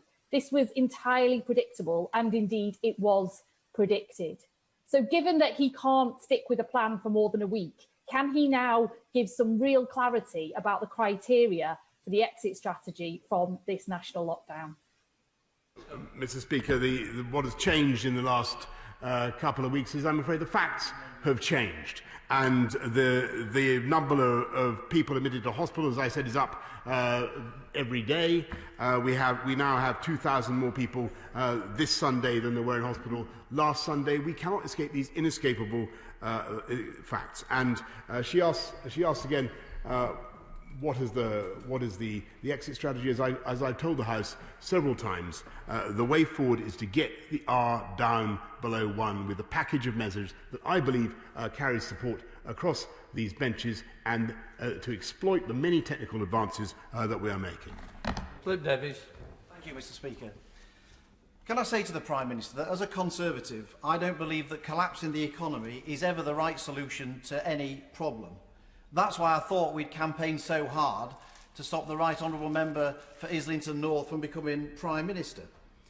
Can the Prime Minister therefore tell me how many collapsed businesses and how many job losses he and his government believe are a price worth paying to continue pursuing this failed strategy of lockdowns and arbitrary restrictions? Mr. Speaker, I'm grateful to my honourable friend, and I share his desire to protect the economy, and I believe fervently that we need to get as big a button, as fast a bounce back as we possibly can. But I also think, alas, that the data is inescapable, and that if we are to avert the loss of many thousands of lives, this is the only option we face. And I think if he looks at the statistics, he looks at the sheer number of fatalities that we could incur, I believe that he will agree it is the right way forward. Dr. Rupaho.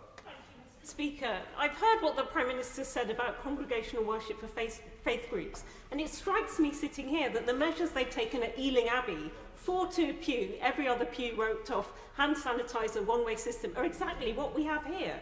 So doesn't it seem very contradictory? Does he have any message of hope for the monks there? And also, as someone who might be marching down the aisle himself, for the weddings industry. I had an Asian wedding costumier. She thought she'd be ruined by the restrictions. Now they're completely gone. Does he have any hope for any of these people? Mr. Speaker, the wedding industry, in common with everything else, will, we hope very much, be able to start again on December the 2nd. Bob Bailey. Thank you, Mr. Speaker.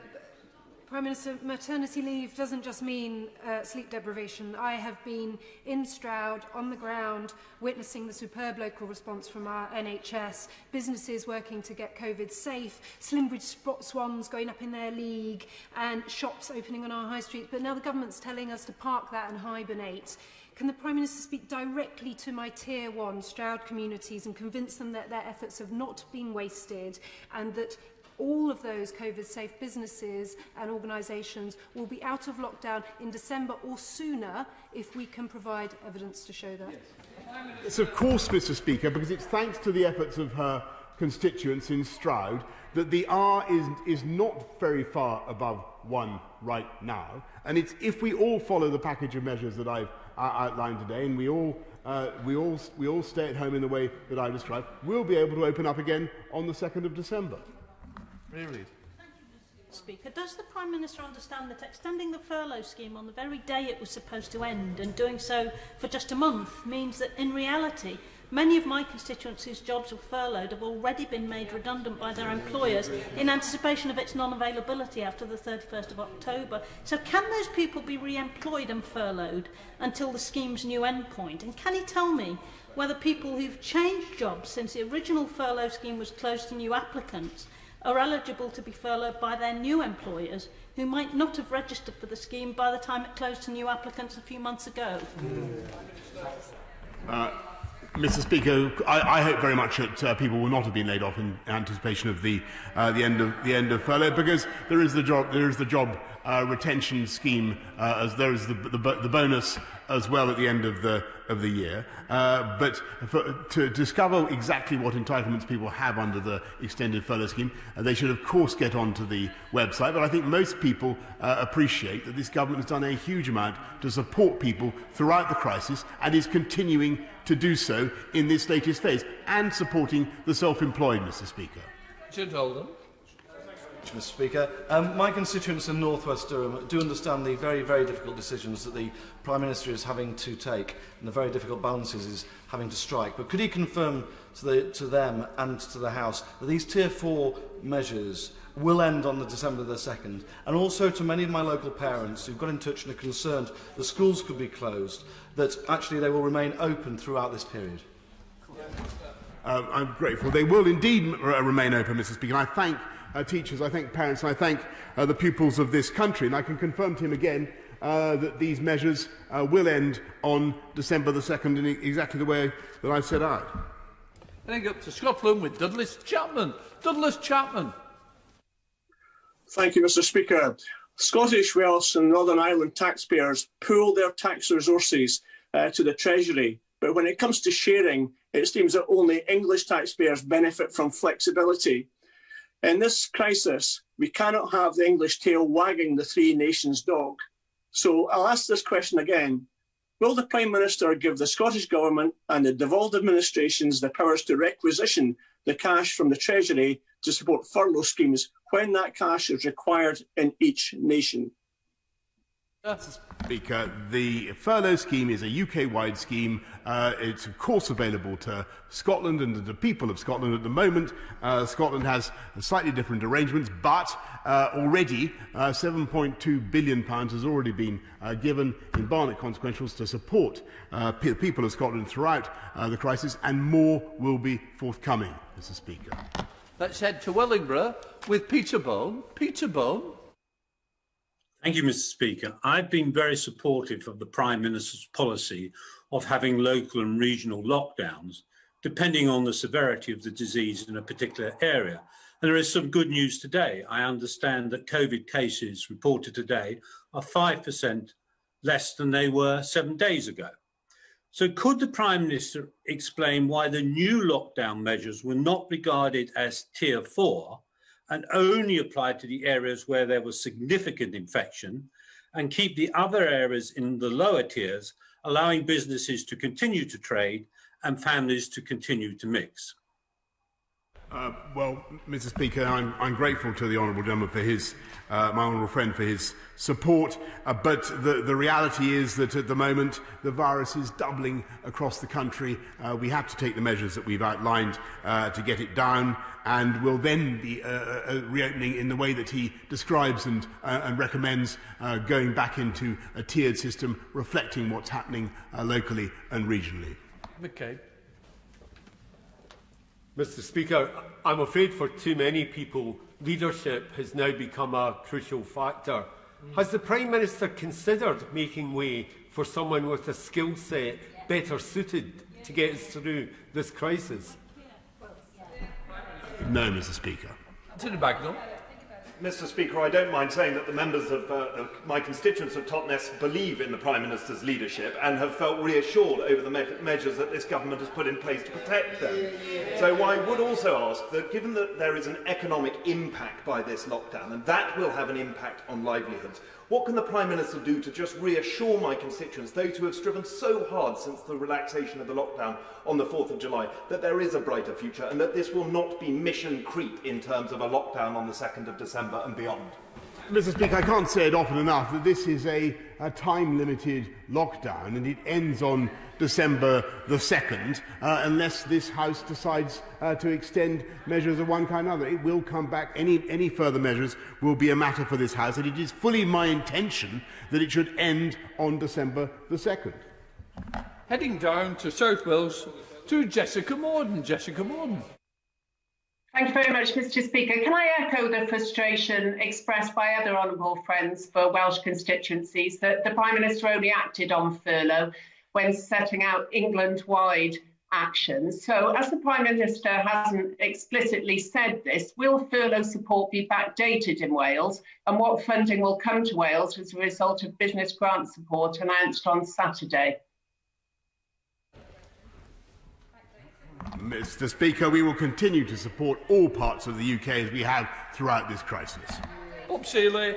Thank you, Mr Speaker. I applaud very much the Prime Minister's attempts to avoid a national lockdown, and there are no simple answers, that is very clear, which is why data is so important.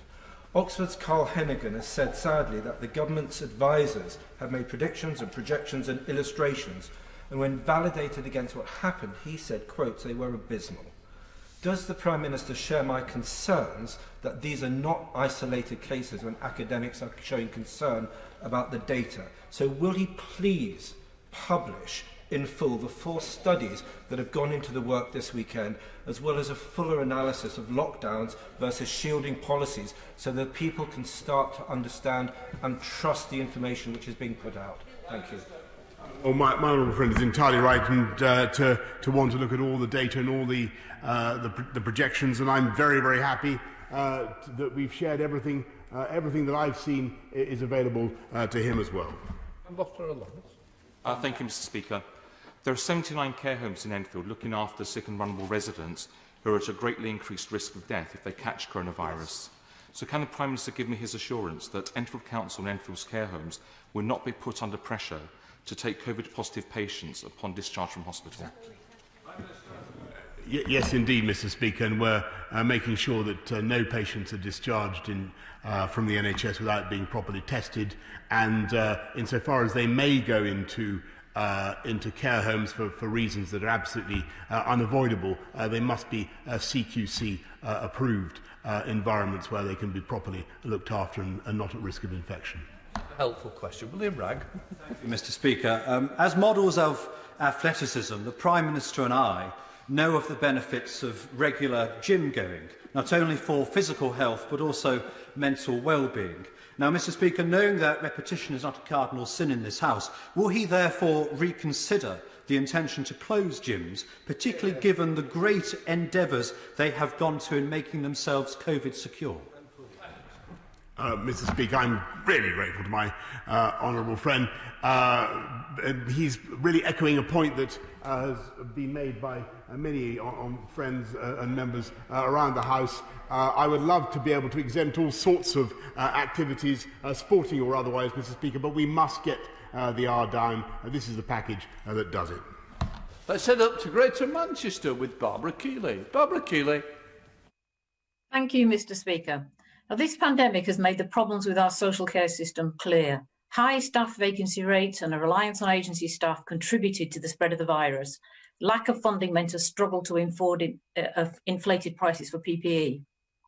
The weakness of our social care system ended up costing lives. Now, during the first wave, social care was an afterthought for the government.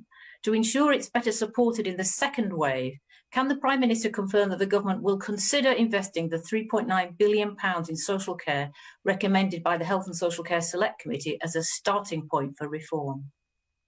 Prime Minister. She makes an excellent point, Mr Speaker. I'm glad she's citing the amount that we've already invested into social care, and we do indeed intend to use this moment to deliver long-lasting reform of social care in this country. Douglas Ross. Mr Speaker, the Prime Minister is right. The furlough scheme is UK-wide for the next month. But the crucial answer we need is, will it be available to other nations of the United Kingdom if, in the future, the science demands that further lockdowns are required anywhere in the country? And if he can't give that commitment, will he explain why it seems an English job is more important than a Welsh, Northern Irish or Scottish one? I'm grateful to my honourable friend, but I must repeat what I've said several times already this afternoon. The furlough scheme is a UK-wide scheme. If other parts of the UK decide to go into measures which require the furlough scheme, then of course it's available to them. That has to be right, and that applies not just now, but of course in the future as well, Mr Speaker. Now, arts organisations have responded with flair to this existential crisis, the loss of their audience. But just as they're about to recover by going for live streaming from closed venues, and I'm thinking of organisations like the Cambridge Jazz Festival and the London Jazz Festival, they face a new threat. So could the Prime Minister confirm that those closed venues will be treated as a workplace and allow them to continue? I will study the matter that the Honourable Gentleman refers to. I can't see any reason why that should not be the case, but I will get back to him. Let's head up to Perth in Scotland with Pete Wishart. Pete Wishart. And thank you very much, Mr. Speaker. I think I heard the Prime Minister just confirm to the Honourable Member for Murray that if the Scottish Government required furlough funds beyond December the 2nd, that will be available to Scotland. Can he now get to his feet and confirm that is what he said and that is what he meant? Mr. Speaker, the furlough scheme is a UK-wide scheme and will continue to be available wherever it is needed. Ben Bradley. Speaker, sport and exercise is hugely important for the health and well-being of the nation. Youth and children's outdoor sports are low risk, both in terms of the age groups and the activities, whilst other sports, like golf, for example, you can take part in without ever coming into contact with another soul. It could help to mitigate some of the more negative impacts in both physical and mental of lockdown, and in my view, the benefits outweigh the risks. So could you consider very carefully allowing some of these outdoor low-risk activities to continue? Mr. Speaker, I'm grateful to my honourable friend, and I must repeat what I've said earlier on, that there's a wide range of activities that many people would like to pursue. The risk is that you have chains of human contact, whether you like it or not, and that you increase the risk of transmission, Mr. Speaker, and that's why we've set out the measures that we have. Thank you very much, Mr. Speaker. Did the Chancellor veto an earlier, shorter circuit breaker lockdown, or can the 40 days of dither and delay, which is likely to cost thousands of extra lives lost and billions of damage to our economy, all be laid at the door of the Prime Minister? Mr. Speaker, I've already explained that any government, and by the way, the answer to her first question is absolutely not, but any government will hesitate for an age before imposing lockdown measures that take such a toll on people's mental health, on their jobs and on their livelihoods. If you look at what we're doing it in fact earlier in the curve than some other European countries. I think it's the right thing at the right time, and I hope very much that she'll support this package of measures. Let's head to Gillingham with Raymond Chesty. Raymond Chesty. Thank you, Mr. Speaker. I welcome the Prime Minister's statement. My specific question is with regards to support for the independent small business sector. My constituent, Rodney Chambers, operates a small card and gift shop in Gillingham. Cards and gifts are considered non-essential, so he will now have to close his shop just before the Christmas period, the most busiest period of the year for him.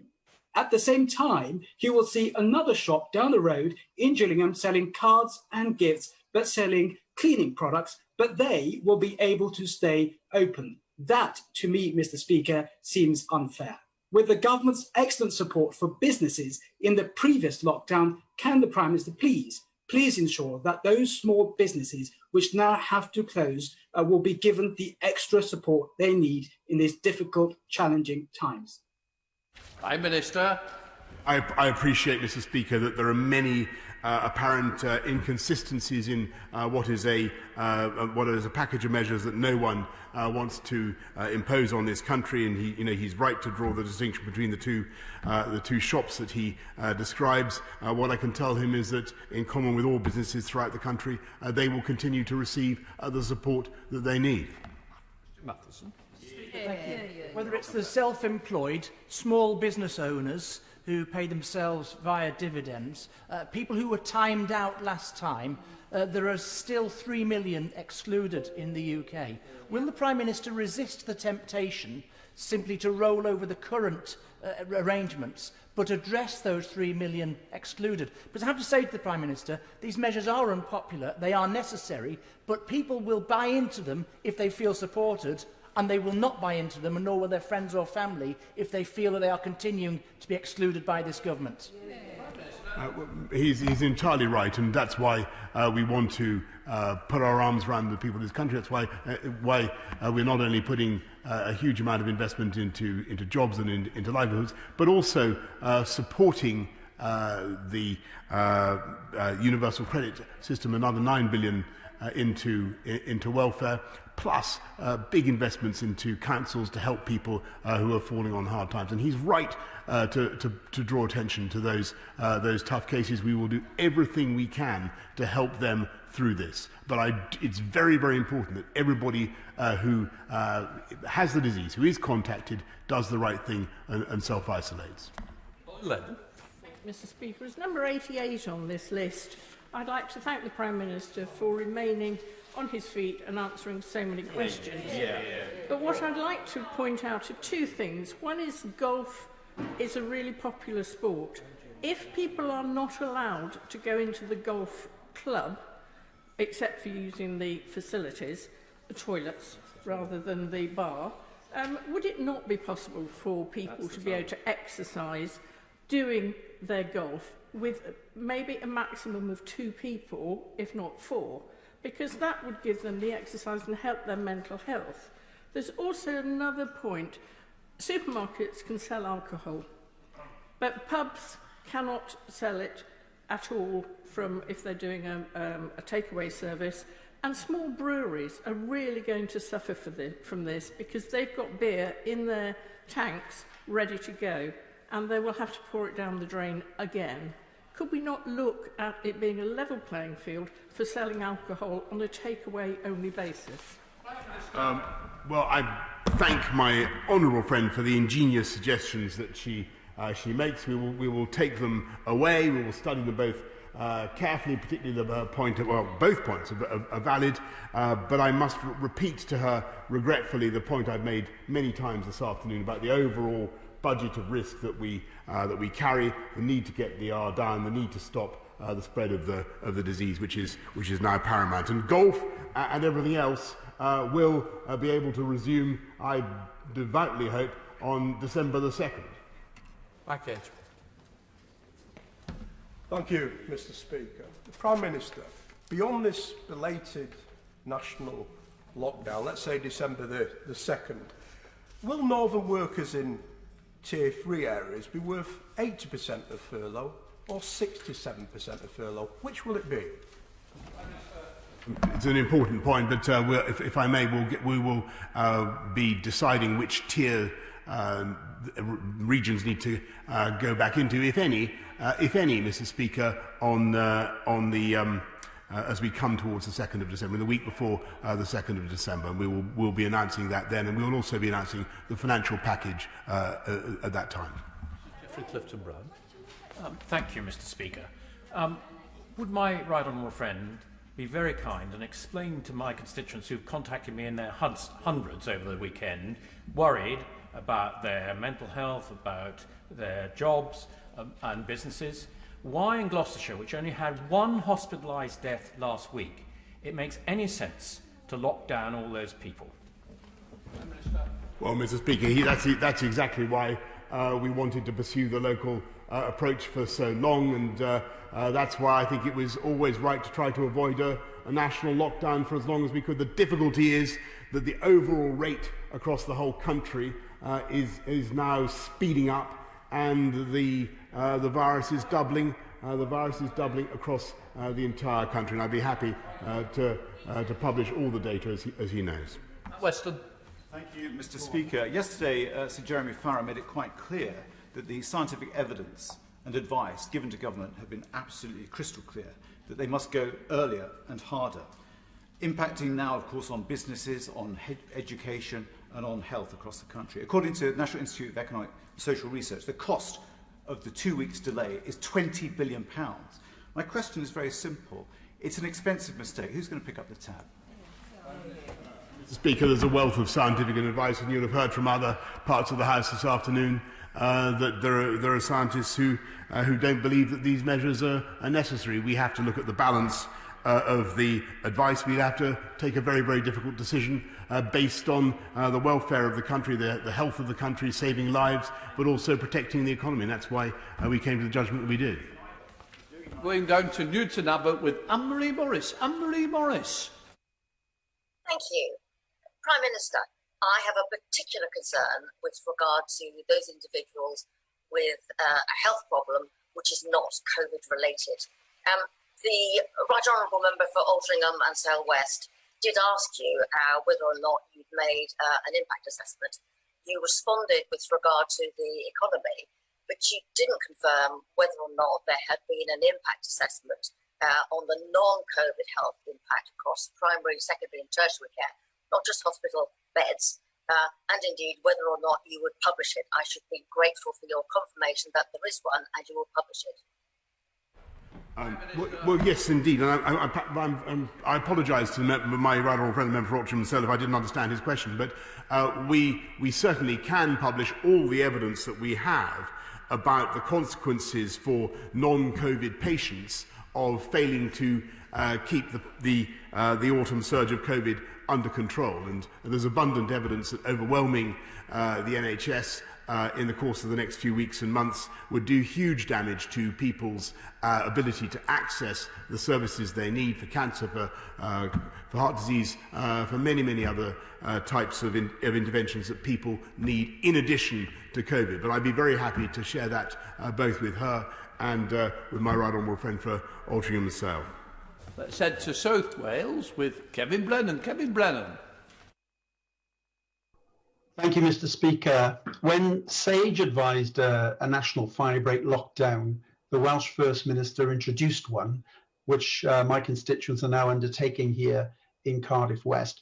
Given the Prime Minister's statements today, does he agree that Mark Drakeford was right to act? Well, Mr. Speaker, as I've said throughout this afternoon, I make no apology for doing my utmost to keep this economy going, to keep our kids in school, as indeed we are, and for avoiding the consequences of a national lockdown. And he will have heard the voices that have been raised across this House throughout this afternoon, both in favour of a lockdown and many passionately against it. We have a very difficult balancing job to do, balancing lives, balancing livelihoods, and that's what we're doing. Let's head to South Leicestershire with Alberto Costa. Alberto Costa. Thank you, Mr. Speaker. These are challenging times, but some warm words to the Prime Minister for the work that he is doing. Oakbury Christmas Tree Farm, run by Richard and Gail in my South Leicestershire constituency, is one of Britain's premier growers and sellers of festive trees. And thankfully, Oakbury Christmas trees comes under the category of garden centres and is therefore able to remain open over the next few weeks. Can my right honourable friend give some words of encouragement, of cheer, to those businesses that are able to remain open in providing essential goods and services to our constituents, as long as they remain COVID compliant in their working practices?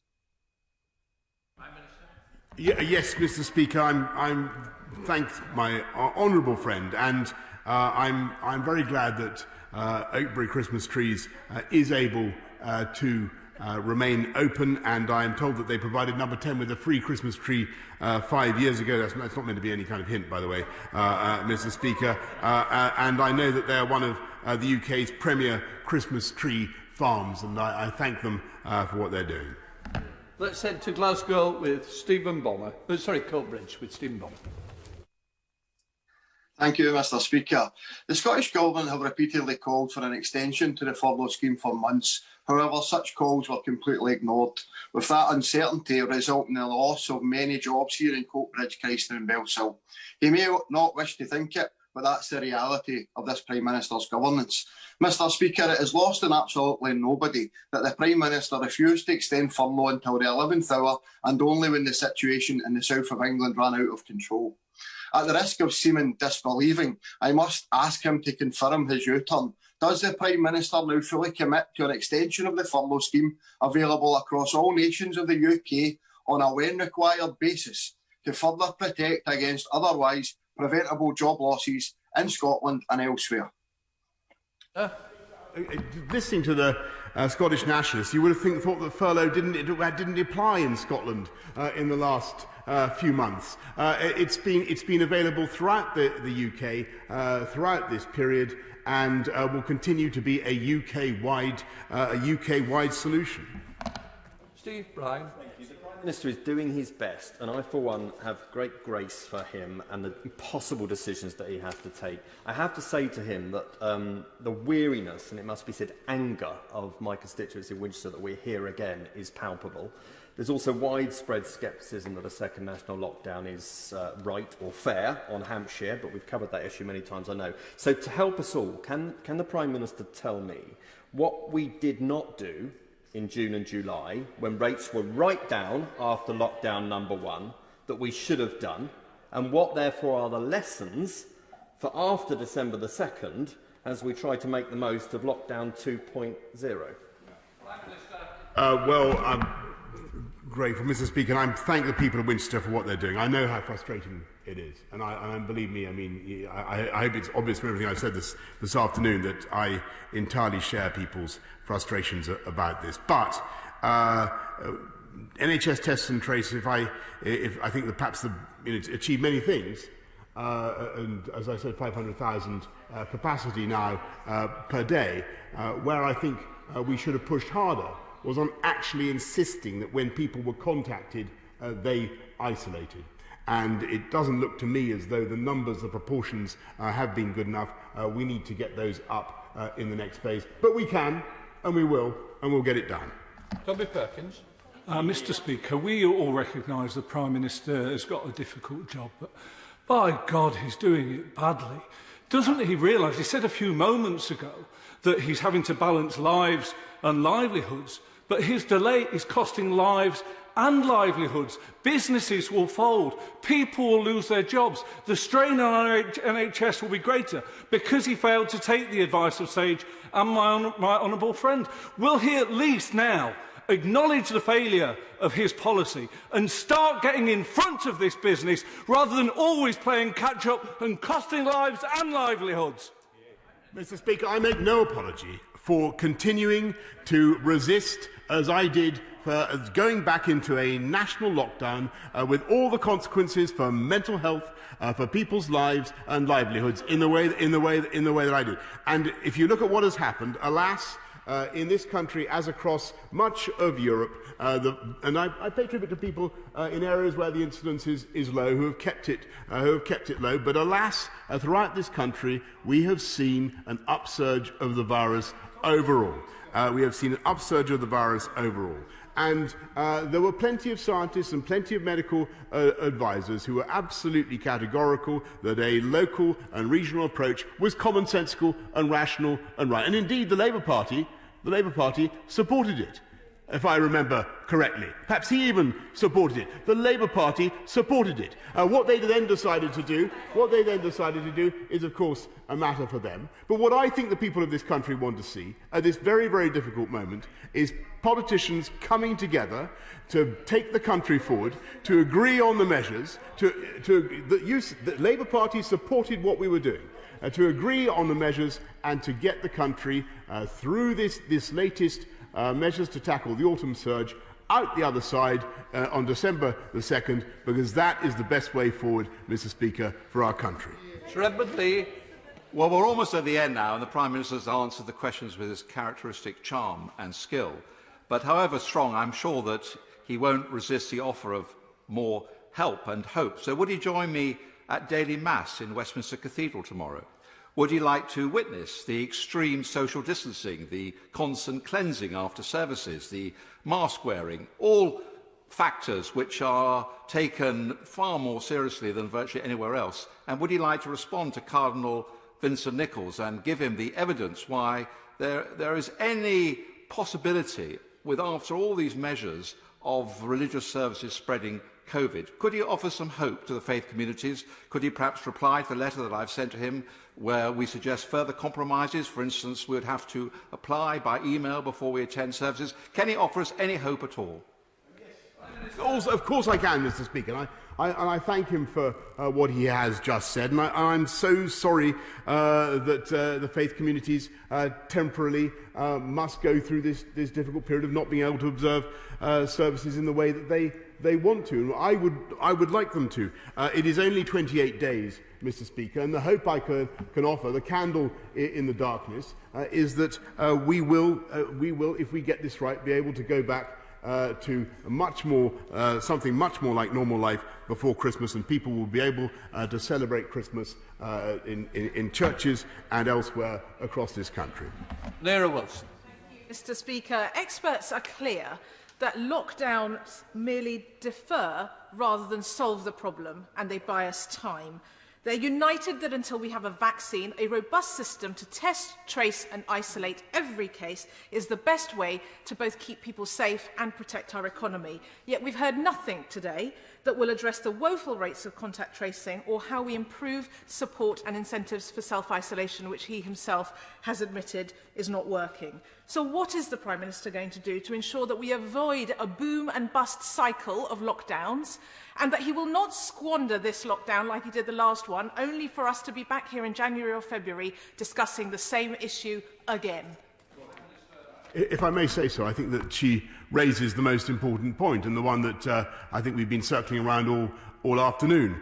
In common with much of the rest of Europe, we're seeing an autumn surge now. I believe we've got the right package of measures to address it. How do we avoid endlessly going in and out of these types of measures in the way that she describes? I think the answer is not just getting people to self-isolate, but also in the mass testing, the lateral flow test, the LAMP tests of the kind that I've described, that will not only help to drive down the R by isolating the positive cases, but will also liberate the negative cases to go about their lives much more normally. That's the game changer that we can all look forward to. Final question, Jason McCarthy. Thank you, Mr. Speaker. Can I thank the Prime Minister firstly for answering all 99 questions before mine. My Colne Valley constituents have been pretty much in local restrictions since the start of August, with its impact on local businesses, well-being and mental health. Can I ask the Prime Minister to continue to ask the Chancellor to support businesses in supply chains to the hospitality industry, like food and drink and also microbreweries? And will he also finally look again at whether we can have some COVID-safe outdoor exercise, like golf, like tennis, like exercise classes, to support well-being and mental health? Well, Mr. Speaker, I'll look very ungrateful. I'll look very carefully at his point about microbreweries, which I think he's raised me before. But I can tell him we can have COVID-secure golf, COVID-secure tennis, COVID-secure whatever he likes in 28 days' time. You've just got to get through this difficult period. I apologise for it. I'm sorry that the nation has to do it, but it is by far the best way forward for the country, Mr. Speaker. In order to allow the safe exit of honourable members participating in this item of business, the safe arrival of those participating in the next, I am now suspending the House for 3 minutes. Order!